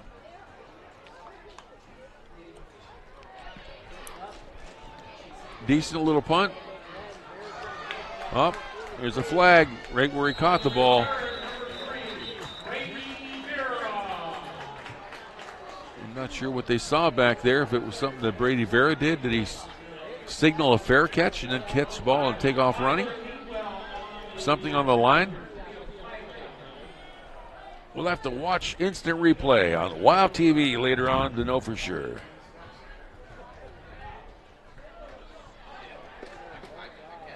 That's right, baby.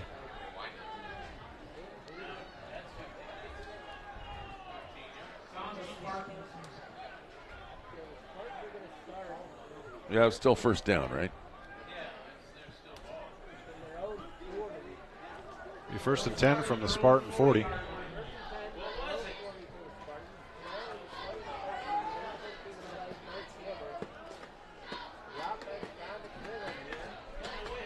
Still got the same alignment here. He's got 3 wideouts on the far side.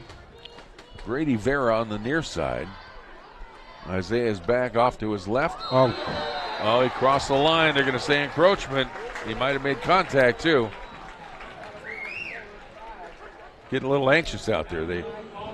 Some of the Red Wolf players want to stop this Spartan spark that's going on out here and turn this game back around in their favor. This is somewhat uncharacteristic of what we saw in the first half with these offside penalties. Yeah. Stillner throws across. Oh, he led Vera too much, and it was too low again. That's 2nd down and 5. It's been the passing scenario tonight as most of the passing plays. Even the catches we had were low balls that were thrown low. Devontae caught his, and Luis did too. Well, Luis's catch wasn't too low. That was a well-caught football. Hand off. Oh, it's a keeper. He's faking a run. That's Luis Cendeno down the sideline. He cuts back in, and they finally catch him from behind and ride him down, but not till he gets all the way down to the 22-yard line. First down. What a nifty play. Boy, there's another one for Luis Cendeno. What a game he's having. That kid won't touch the road at all when he walks home tonight. If he does, he'll be floating above it. Oh, they're talking about it, though. What are they going to do here? Are they saying... Was there a flag down? Did you see a flag, Joe? It was not a flag. Well, they're just making plans after the game.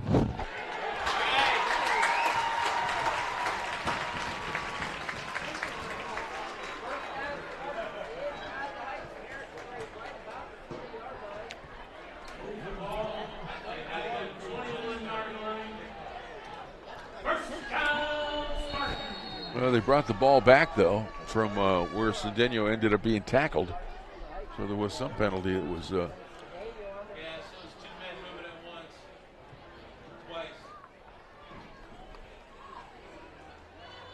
Oh, yeah, you can't have more than one man in motion.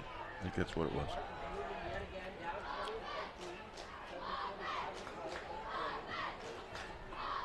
Colby back, gets a snap, hands off to Isaiah. No, it's a keeper, keeps on the left side. Spins around, and he's able to fall down about the 15-yard line. So regains some of that ground that they had from before. That'll bring up a second down and 5, or 4. It's a pickup of 6 yards. And what a difference a half makes. Yeah. And you can see the confidence that the Spartans have gained. Absolutely right.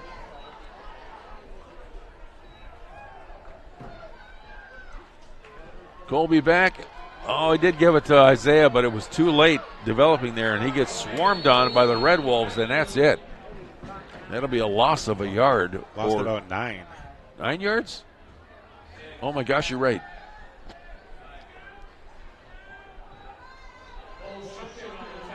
That's right. That was from the 15 all the way. Well, I thought he made it to the 15, and they brought it back to the 20. 3rd down and 9.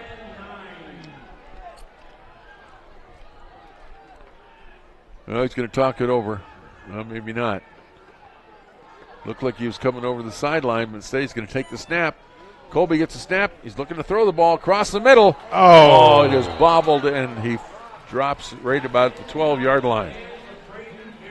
Intended for Brady Vera. Brady's not having one of the games that he hoped to have tonight. That's a tough one. Yeah, that one was right there for him. He should have had that one. Defensive back made a nice close, put some contact to him. This will be a 36-yard field goal. That's a long way for little Kaya, but we'll give her all the credit. She's got great technique. You'll see it right here. Ball is up. Oh, my gosh. It is. It is good. Good. Wonderful. What a fantastic kick. Yes, she is. Wonderful athlete on the squad.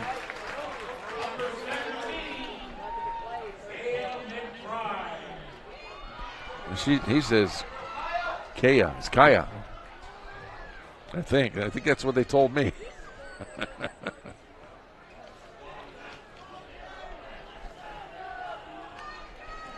Well, that's 3 points anyway. We're closing that gap ever so slightly. It's 20-16 right now. 6 minutes, 11 seconds to go here in the third quarter. It's been all Spartans, really, since they finally got rolling here. And this is where you wonder maybe having the 68 member football team against a team that has a little over 40, maybe some people are getting tired out there. I think you're right.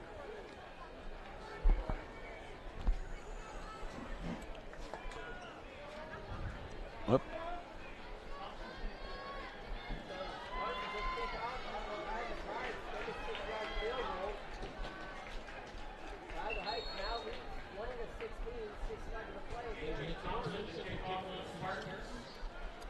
Here's Thompson's the kick. Kickoff. It's a low driver. Again, over the head. Yeah, bounces about at the 8. He picks it up at the goal line. Going to try to make something out of it. Instead, he gets run out of bounds. There was nothing he can do. I think it was going to go into the end zone. I think that's what he thought as well. And he just died on the one. Yeah. 1st and 10 from the 15-yard line.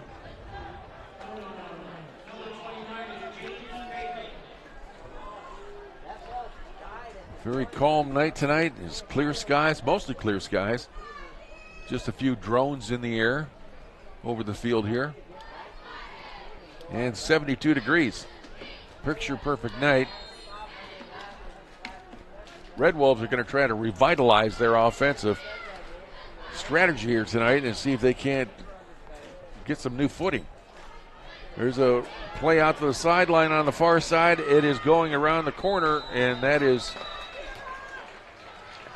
I don't know if you can see who that was over there. That's a little too far for my eyes.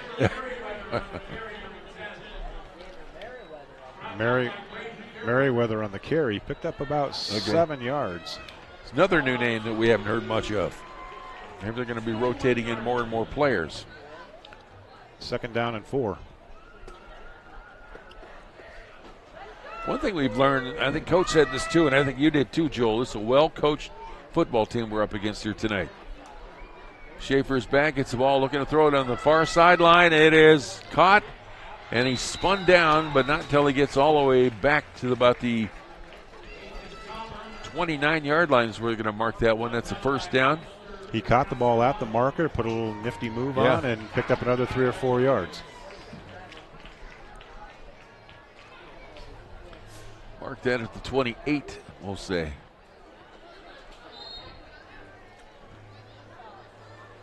And you're right, they just keep kind of gnawing away at you. Just keep chipping away. There's a passing or a handoff up the middle. That's Chamberlain again. Back to their old bread and butter.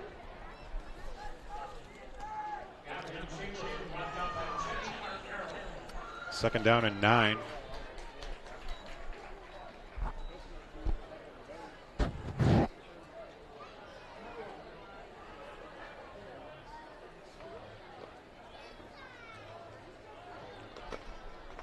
Schaefer back under the center. One man in motion. Hands off. And that's going off left tackle this time. Number 10 out to the sideline. Works his way out about to the 37. That's Xander Merriweather again.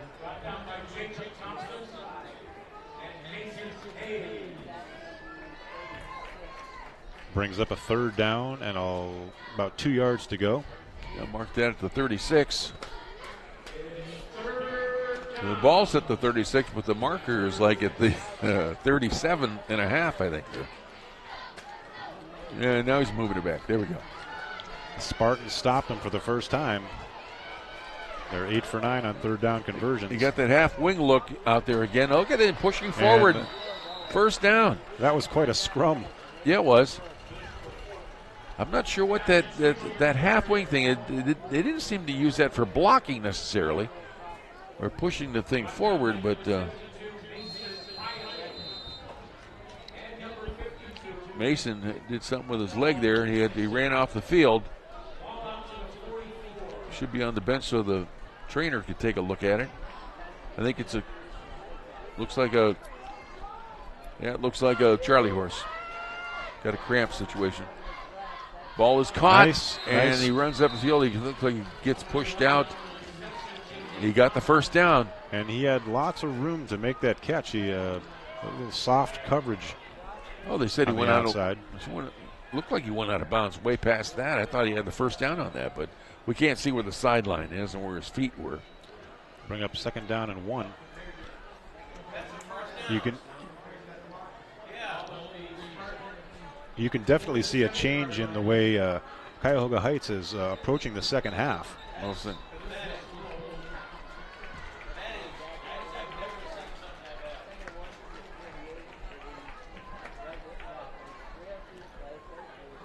There's much more of a mixture of the pass and run.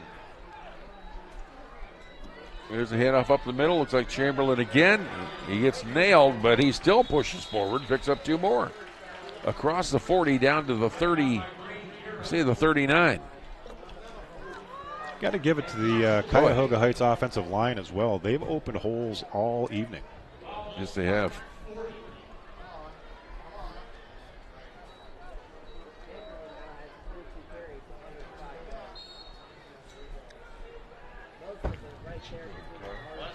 Just under 3 minutes in the third quarter remaining.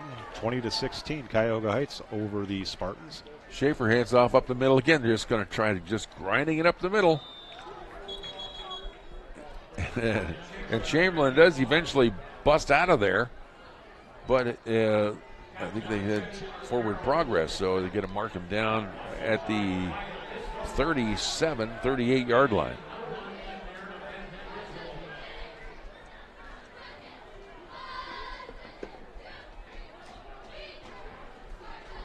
We've got Independence, kind of a nemesis that we've been learning more and more about here in the past couple of years. They'll be here next Friday night at Joslyn Field at Riccardi Stadium. So we'll be looking forward to that. Join us here again. Tell everybody to watch the Spartans on WOW TV.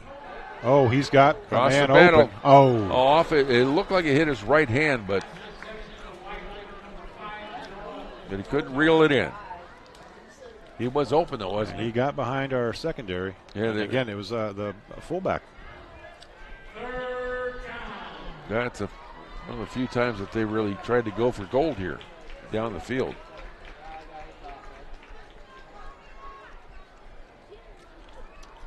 Third down looks about a long 7. They got an opportunity here. The Spartans can stop them here, get the ball back, and try to take the lead.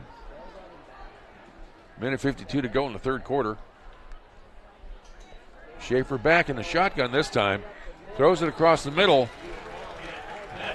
But his receiver was not ready for that one. I knew he had, I think he thought he had a couple of defenders right in front of him, and he was maybe had a little fear inside of him. That can happen. Well, that's going to bring up fourth down. I mean, some players can bring that out of you. I remember years ago with the Spartans, Alex Sturgill was that kind of guy. When he was playing middle linebacker, he would change offenses where they didn't like to come across the middle very much.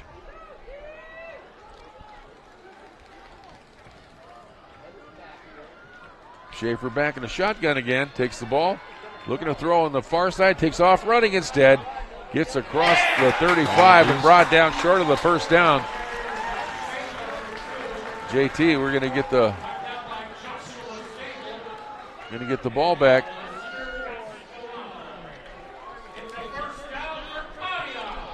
And the Spartans are doing everything they have to do to get themselves back into the game. Yes, they are. Yeah, now, if they get downfield this time and hand it off to Kaya, it won't be enough to get us in the lead, but it'll make it a one-point game, whatever it takes, but this time we're going in the end zone, aren't we? 1 minute and 40 seconds left in the third quarter. Spartan ball on their own 33-yard line.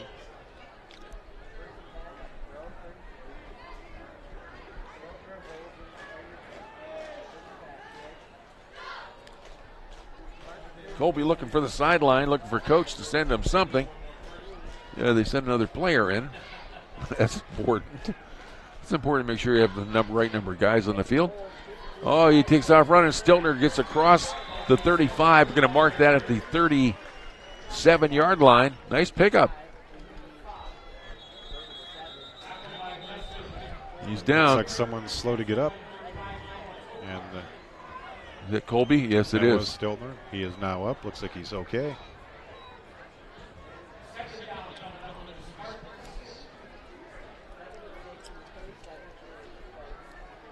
It looks like he's coming out for a play.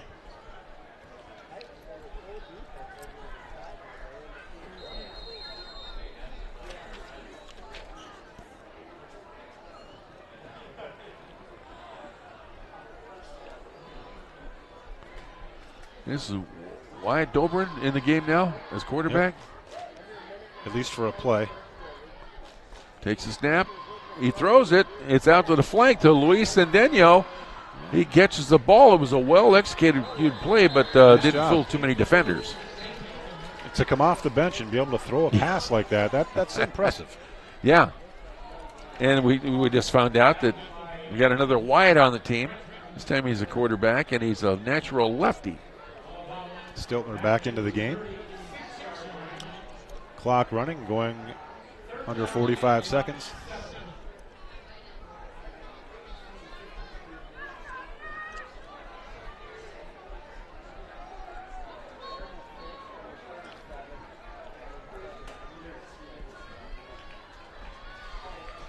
Colby gets it. Oh. Pass out to the flank. It is caught. He's got running And room he's through got the gap. some room. One guy to beat, but he gets wrestled down almost to the 35-yard line across midfield. Either way, one flag down. It's like a flag on the play. I think it's going to go against the Spartans. But that was a beautifully thrown ball. Yes, it and was. A wonderful catch and run. And that was Luis again. What a fabulous game he's having. Just incredible game. Looks like he's a little banged up a little bit after all that. He had two Red Wolves wrestle him down. 17 seconds left in the third quarter. Yeah, that's a holding. It'll make it 3rd and 15. Oh, boy. They're making it hard on us here tonight.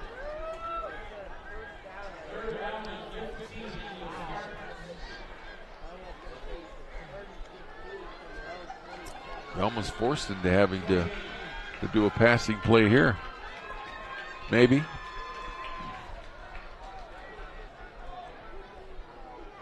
Stiltner does an audible at the line.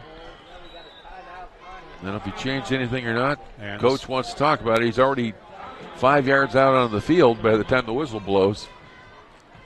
That is their first timeout used in the second half. And we got 17 seconds here, right? So 17 seconds. He's probably thinking, let's not, I don't know. I don't know what he's thinking. What do you do with 17 seconds left in the third quarter?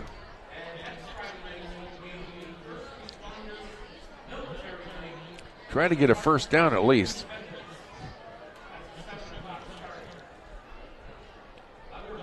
Now, what you don't want is a turnover. Right.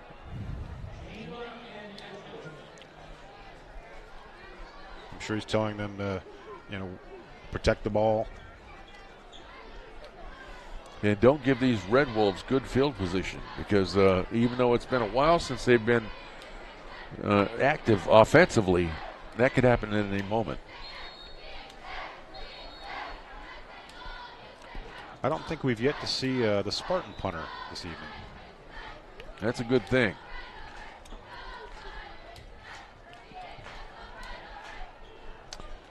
Yeah, 3rd down and 14, you called it? Yeah, 3rd and 14, 3rd and 15. It's a bunch. It is. You got 3 wideouts on the near side this time, one on the far side. That's Brady over there. Colby back, gets the ball, throws it out to Isaiah. He's got a lot of Wolves coming after him.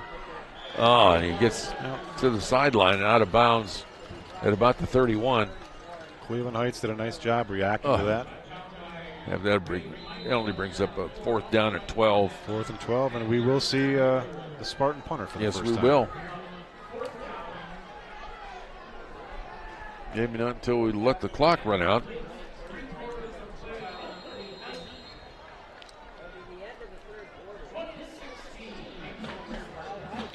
This is really a nice high school football game.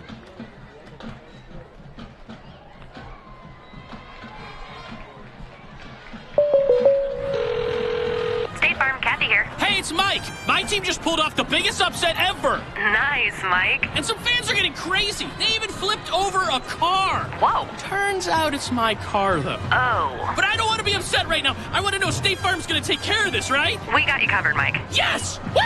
Go with the one that's here to help life go right. That's State not it, Farm. Ben. Switch to State Farm and you could save. In Conneaut, call me, Chris Breck, at 593-1191 or visit me at breckinsurance.com. Okay, I want to remind everyone, too, that Dairy Queen Your Conneaut Dairy Queen is a great sponsor here of the Conneaut Spartans. And they've got the Reese's Caramel Craze Blizzard. That is the blizzard of the month for August. Also, any of the summer blizzards are still on the menu, so you can choose something else too. And head on out there for a great night in their dining room. $7 meal deal. We got wild Alaskan fish fillet sandwich. They've got some good stuff out there. The signature burgers. Conneaut Dairy Queen. Stop in and say hi to them soon. And thank them for what they do for the community.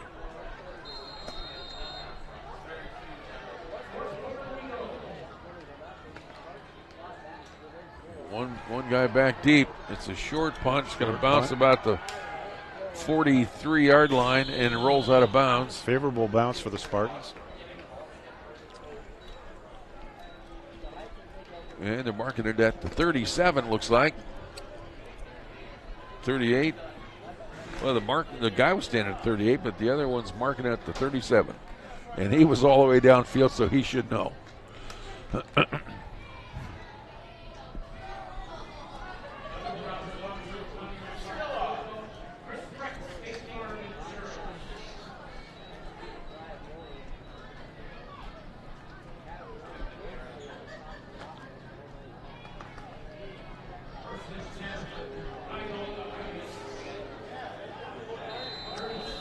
That big Red Wolves line comes up real tight on the offensive line there. One man in motion. There's a running play. That's Chamberlain again. Looks like going off the right guard. And successful. Pick up a 5 on first down. Boy, oh boy, I tell you. It's deceptive how he gets so many yards, though. It really is. He just hovers along the line and picks his spot.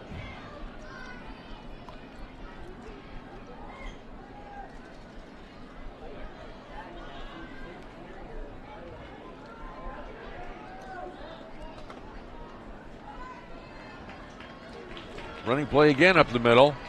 Successful again. Moves the markers. That's close to a first down. Boy. Bring up third down and about 1.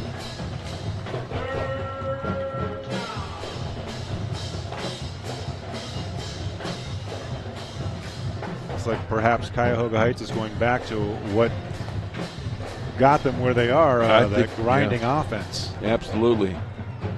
You got those big horses up front that are pushing ahead, and all they want to get is the first down. Chamberlain again, he's caught in the backfield, but not till he gets the first down and across the 50. Going to mark that just across the 50. Be first and 10 for the Red Wolves, who are leading in this game. 10:34 to go in this one. They're up 20-16, and they appear to be on the move again. They haven't been on the move since the first half.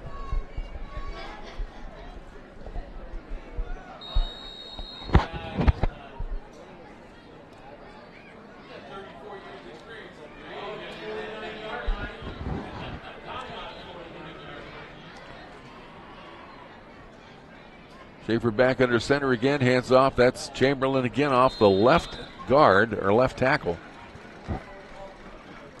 Eating up chunks of yards, 5-6 yards on first down. Yeah, and they're close to a first down again. Again, this gives you the opportunity to open up the playbook if you choose to. Boy. Maybe take a chance downfield. Coach should almost do something here to talk to the defense.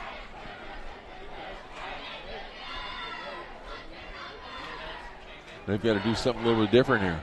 Second down, 3 yards to go. Can't allow this just to continue. They got the front 3 on there. Linebackers are back there, going to have to come up and do something different here. There's a run play again off the left tackle. It looks like he picked up the first down. Yeah, he got tripped up, but not until he picked up probably a good 2 yards. And that's, they're going to mark that. Is they marking it just short? Yeah, it looks like they are. There's no indication that the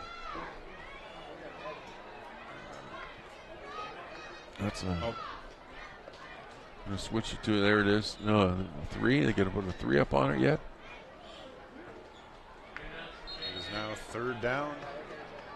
Oh, no, they are giving them the first marked down. it first down. I don't know how they came up with that just by standing on the field. They didn't bring the chains out or anything, but hey, that's okay.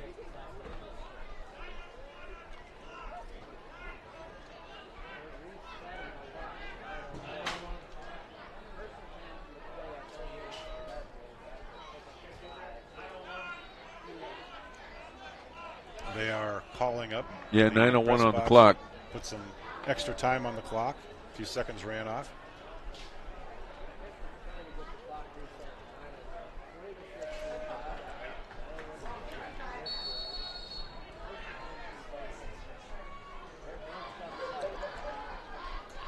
Got those three backs in that little wing thing off to the right side. Schaefer is under center. That's where he's going to take the snap here. And they are using the clock. Usually it's been a running play for him. And the couple times I've seen him, he runs off a left tackle. No, this time's a handoff. Chamberlain again. Boy, look how far he gets downfield on that. And if that last play is any indication, it looks like they're going to let the clock run as long as possible before they put the ball in play. Second and very short at the Spartan 29-yard line.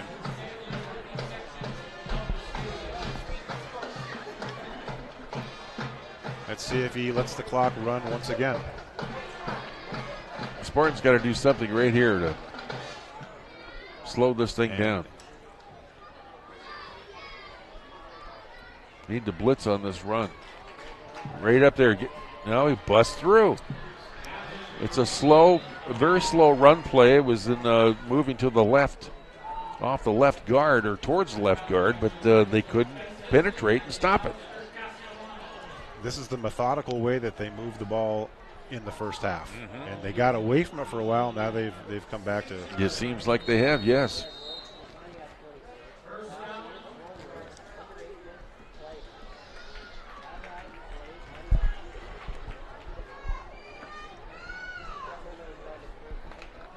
First and 10 at the Spartan 26-yard line. On the left hash. Man in motion. And there's a running play up the middle again. It's Chamberlain once again. No guesswork there. They're going to probably be expecting it from him.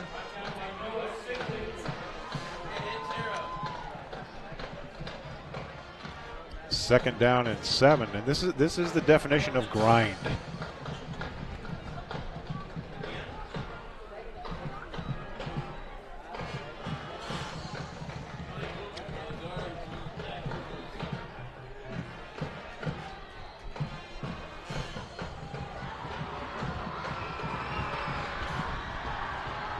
This time Schaefer's just standing here. Now he moves under center, gets a man in motion.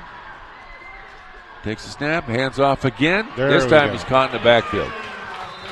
Caught in the backfield. Maybe no gain, possibly a short loss, but they're calling it a gain. Calling it a gain of almost 2 yards. Third down and 5. This is a big play for the Spartans. I didn't think he got that far. But then again, maybe it's just that deception.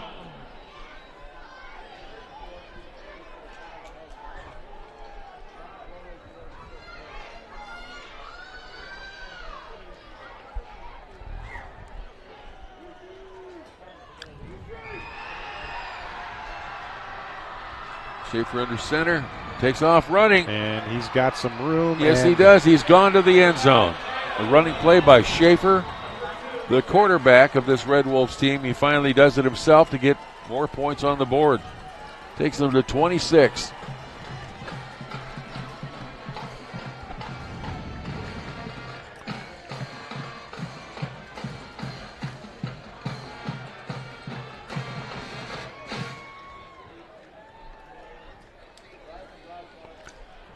Again, that was set up by the running of Chamberlain. Yes, it was. I don't know what they're trying to do there. They're trying to confuse everybody. Now they rotate everyone down and line up in order to kick the ball for an extra point, as we would have expected them to.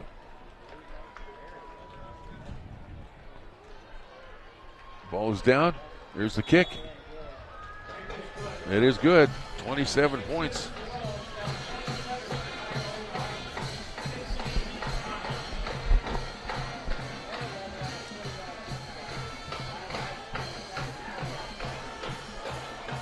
My goodness.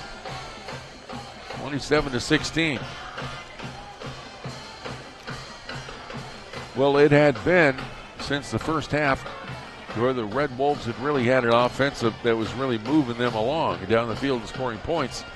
And it seemed as though that all of that had come to an end until here in the fourth quarter. With 5:56 to go, Red Wolves have put it in the end zone again for 6 points, and an extra point makes it 7, 27-16. And thanks to the leadership and running ability of their quarterback, Zach Schaefer. Well, the Spartans have scored 2 out of the 3 times they've had the ball in the second half, so let's see what they can do with it here. They need something quick, especially in light of the game that Cuyahoga Heights is playing with the ball control.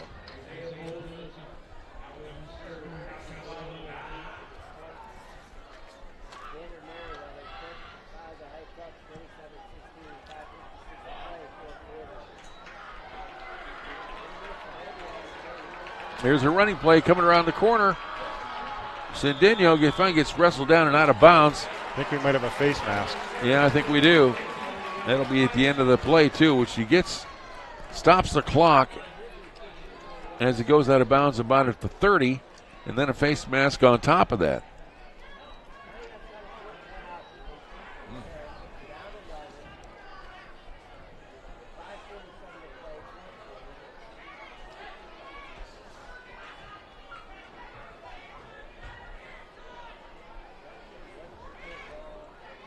Or is it? They have made, I haven't seen a signal. Oh, they're waving it off.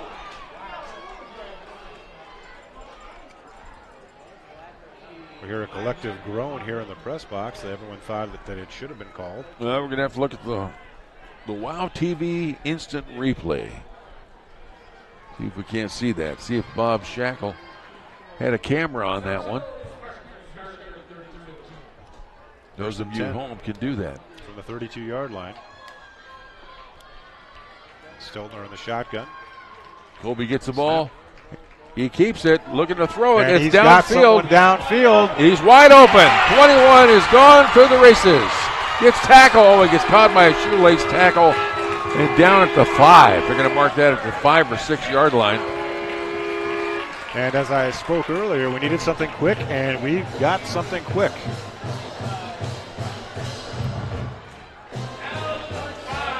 It's Logan Short. Play covered 65 yards. That's a 9th grader, Logan Short. Number 21 caught the ball. Oh, sorry. I had the wrong number there. Oh, that's Jacob Thompson.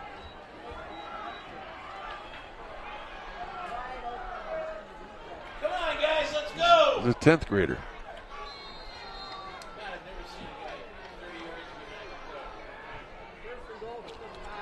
First down on the 5-yard line. Colby gets the snap. Takes off running. He's looking for the end zone, but there's a whistle that was blown. I don't think it was a flag, right? It was just a whistle.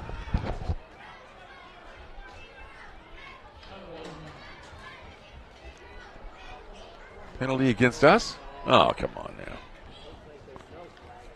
Oh, well. That's what? That's a 15-yard penalty? Looks like a 5-yard penalty. Oh, that's it. Okay. Oh, I see where the ball is. I saw the ref back here. I thought he had the ball with him still. 5-yard penalty. First holding. goal from the 5. Clock is running. Stiltner with the ball running on the left side. Almost gets into the end zone. He's very close to it. Great run and a nice saving tackle at about the 2-yard line. Somebody came flying in at him, and he tried to kind of leap behind them to get into the end zone. I don't think he quite made it. Looks like the 2. Looks like they're marking it about the 2-yard line. Got one wide out on this side. No huddle for the Spartans. Snap. There's Isaiah with the ball. No, he keeps it. Colby keeps it instead. The flag's going to give it to Isaiah on that one. Touchdown, Conneaut Spartans. Colby Stiltner.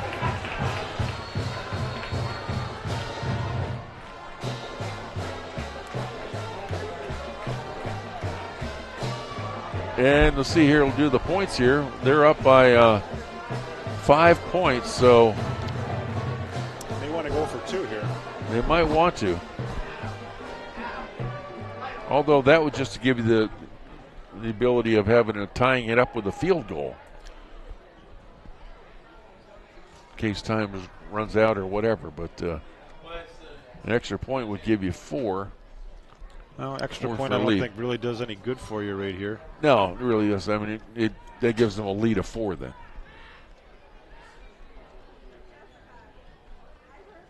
Can you see who's down this play? No, I can't. He's zooming in now. I usually don't like to do that, but that's 75.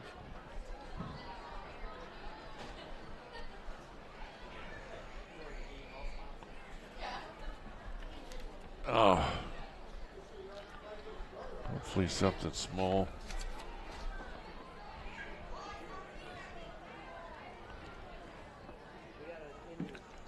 Well, he's up on his feet. That's a good sign. Yeah, Dyson Genia.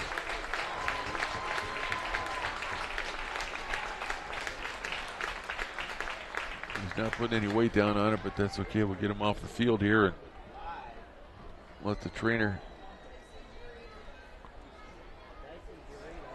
Well, they're going to carry him now.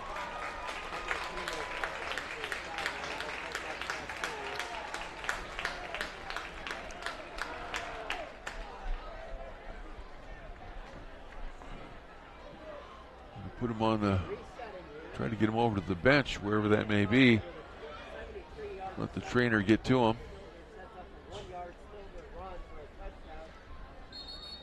They don't have many benches here, do they? Down on the field. Aren't many. They have to come clear back here to the 40, 50-yard line.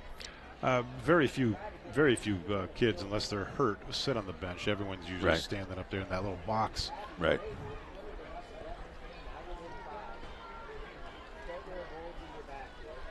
Well, they're going to go for 10. Stiltner gets the ball, hands off to Isaiah up the middle. He is in for the 2. Got it. A 3-point ball game now, GT. Yep. We got the quick score as we needed. Now we need a stop. Again, we can't let them grind the ball down the field and take up almost 5 minutes. Oh, that's absolutely right. That's got to come to an end here if we have any chance to win this game. We got to take control of the clock, and you're absolutely right. They have done that. They have taken control of the clock and of the offensive momentum in this game until then. The last drive that Cuyahoga Heights had, I mean, that was indicative of what they did in the first half. And how do you stop it? I mean, that's the question right now. Yeah. I think it's just going to take just an extra effort from the defensive line out there and the linebackers. I mean, they just got to kind of explode on the Wolves and stop that running game.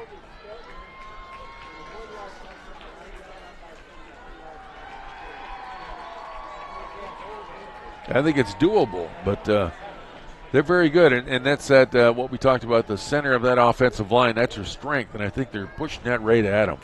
And the running game is coming right in behind that too as well. And it's probably a difficult thing to stop it, but they're going to have to do that. Otherwise, they're what you're saying. They're grinding it out, burning up the clock. Well, let's see what the Spartans do on this kick. If they have any tricks up their sleeve.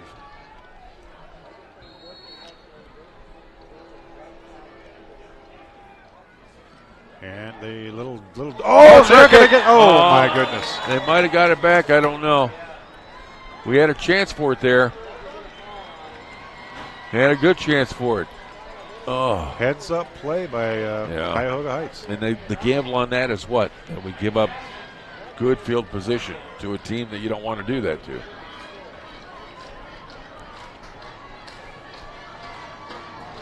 That was a nice try, though. That Yeah, was a it nice was. try. Very good try. Almost got it. Now got to stop it. This is a good football game, though. It really is. It's been a great game. I didn't know what to expect from them here tonight. I knew they were a good team, well-coached team, but running play again. Looks like they're trying to hold him. They gets about a yard, maybe, or 2 yards. See where they mark it. Looks like 2 yards. Again, this is an example of the leadership that Coach Dobrin was talking about. Down 13-0 early in the first quarter. Right. Could have put their heads down. They did not, and as a result, we're in a 27-24 game. That's a good point, Joel. Real good point, and we're still in this game. And they did a nice job of stopping that run play. Now it's second down. They need to try to do that again. Object is to get the ball back. Up, there's a whistle. They had a man in motion. And Schaefer also. Schaefer also what? He tapped his foot, and there was a man. Maybe the man in motion. I have to go back and look at that, but he might not have been on the line of scrimmage.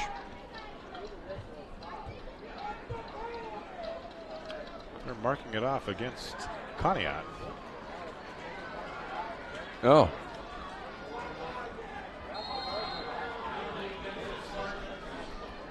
Yeah, and I'm not sure what they called there. Coach Dobrin's not very happy. No, he's not happy at all. He's out on the 50-yard line.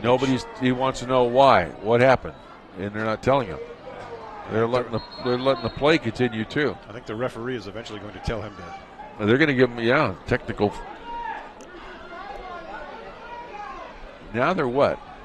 I think he wants to know the same thing we all want to know, what the penalty was. Yeah, what exactly happened here?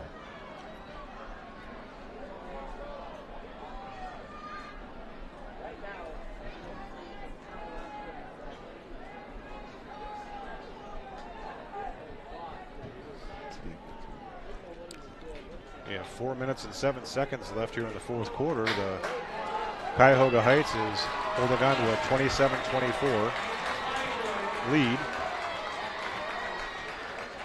And we're all trying to figure out what is going on the field right now. In any event, it's now second down and 9. Now they moved the ball back, right? They moved it forward, then they moved it back, and we still don't know what's going on in that respect. Well, that'll be a good topic that we'll look into with the coaches show for next week. So keep it here on WOW TV, and we'll try to get that answer for you. And again, they are letting the clock run. Look for Cuyahoga Heights to keep it on the ground. Play up the middle again. That's Chamberlain battling it out. He gets about halfway to a first down, then they finally bring that to an end, thankfully. It's going to be third and about 5. Yeah, that's things 4 now. They let him have it all the way out there.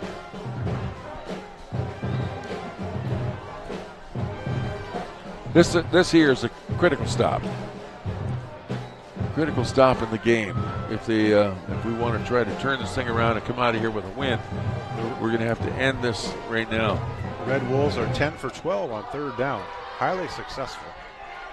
Schaefer under center, takes a snap, takes off running, and there's the first down. Gets all the way across the 35 down to about, they're going to mark that at the 34-yard line, I think.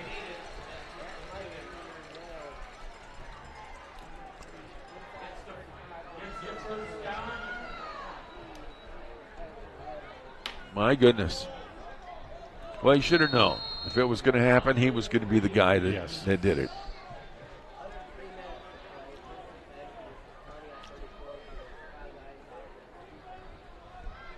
And it was wide open on that side of the field. They didn't have a receiver over there or anything. So, you almost wonder what would you do in that position. The guy in motion, Schaefer gets the ball again, hands off to Chamberlain again. nothing this time. He's finally pushed back. They give him a yard, I think. Maybe more than that. We'll wait and see where they mark it. Looks like they're giving him close to 2, yard and a half or 2. 2 minutes, 30 seconds to go here in the fourth quarter. 27-24. Red Wolves of Cuyahoga Heights with a lead over the Conneaut Spartans. I think Coach Al Martin of Cuyahoga Heights he hit the nail right on the head when he described his team. They have a talented offensive line and the Schaefer and Chamberlain show. Yeah. Now they do have some other supporting cast in their skill players, but the brunt of the load has been carried by their 6'3", 225-pound quarterback and their 150-pound fullback. Well, that's certainly what we've seen here tonight.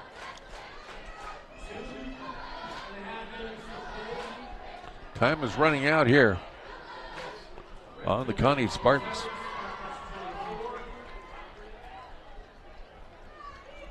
But it was a good effort. And some of what you talked about, Joel, very important. They were down 13-0, and they didn't give up.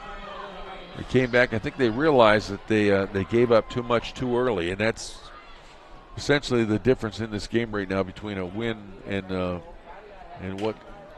Well, it's still 2 minutes and 30 seconds. Yeah, there still left. is. I don't want to say anything more about that. And if we look back again, the Spartans had a touchdown called back.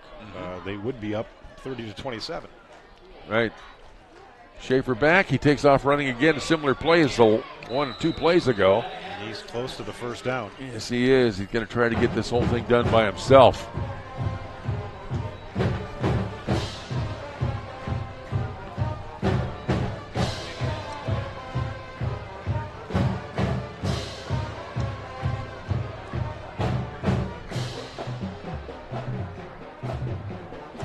Doesn't say on here anywhere if he's a senior or what. Schaefer a senior? Schaefer is a junior. He's a junior. Yeah.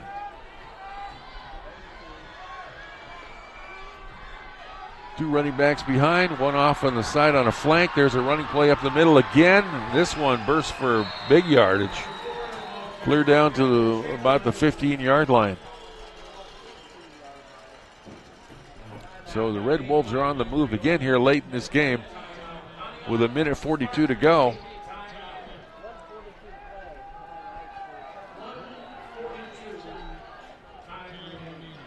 Again, none of their success happens without that offensive line. I mean, you can't say enough about it.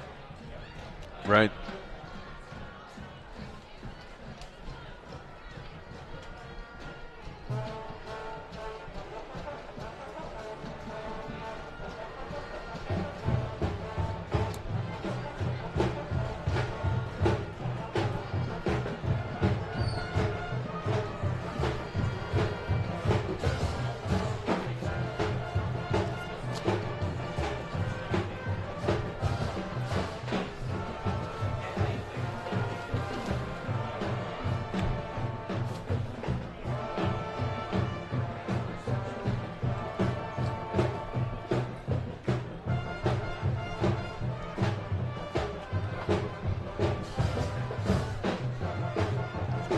Well, I don't know what we know what's going on out there now, but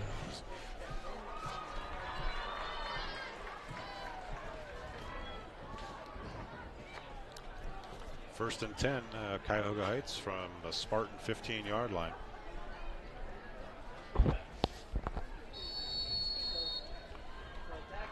well, they're managing the clock extremely well. I mean, they really are. Their whole offensive strategy here late in the game, reminiscent of the first half. There's a knee down.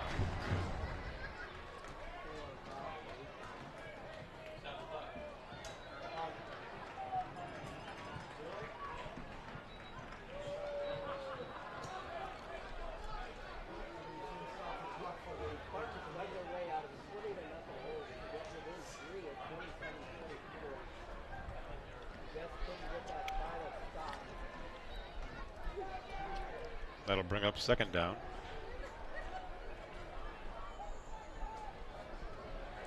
Let's see if they go to the knee once again. They may not have to run another play. I think you're right. And that's the way it's going to be.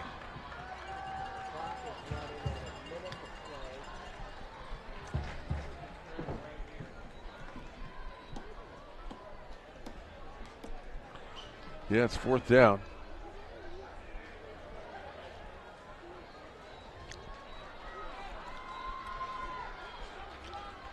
Well, this will be 3rd down coming up. 3rd down, yeah. They'll run it as low as they can before they have to go to the line.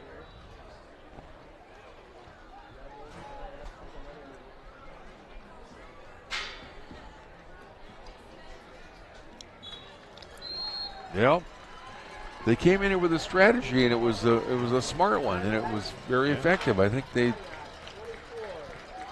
were very effective here tonight. This was a great high school football game. A great opener for both teams. Again, as Coach talked about in his pregame show, about learning and then improving from what you've learned. Right.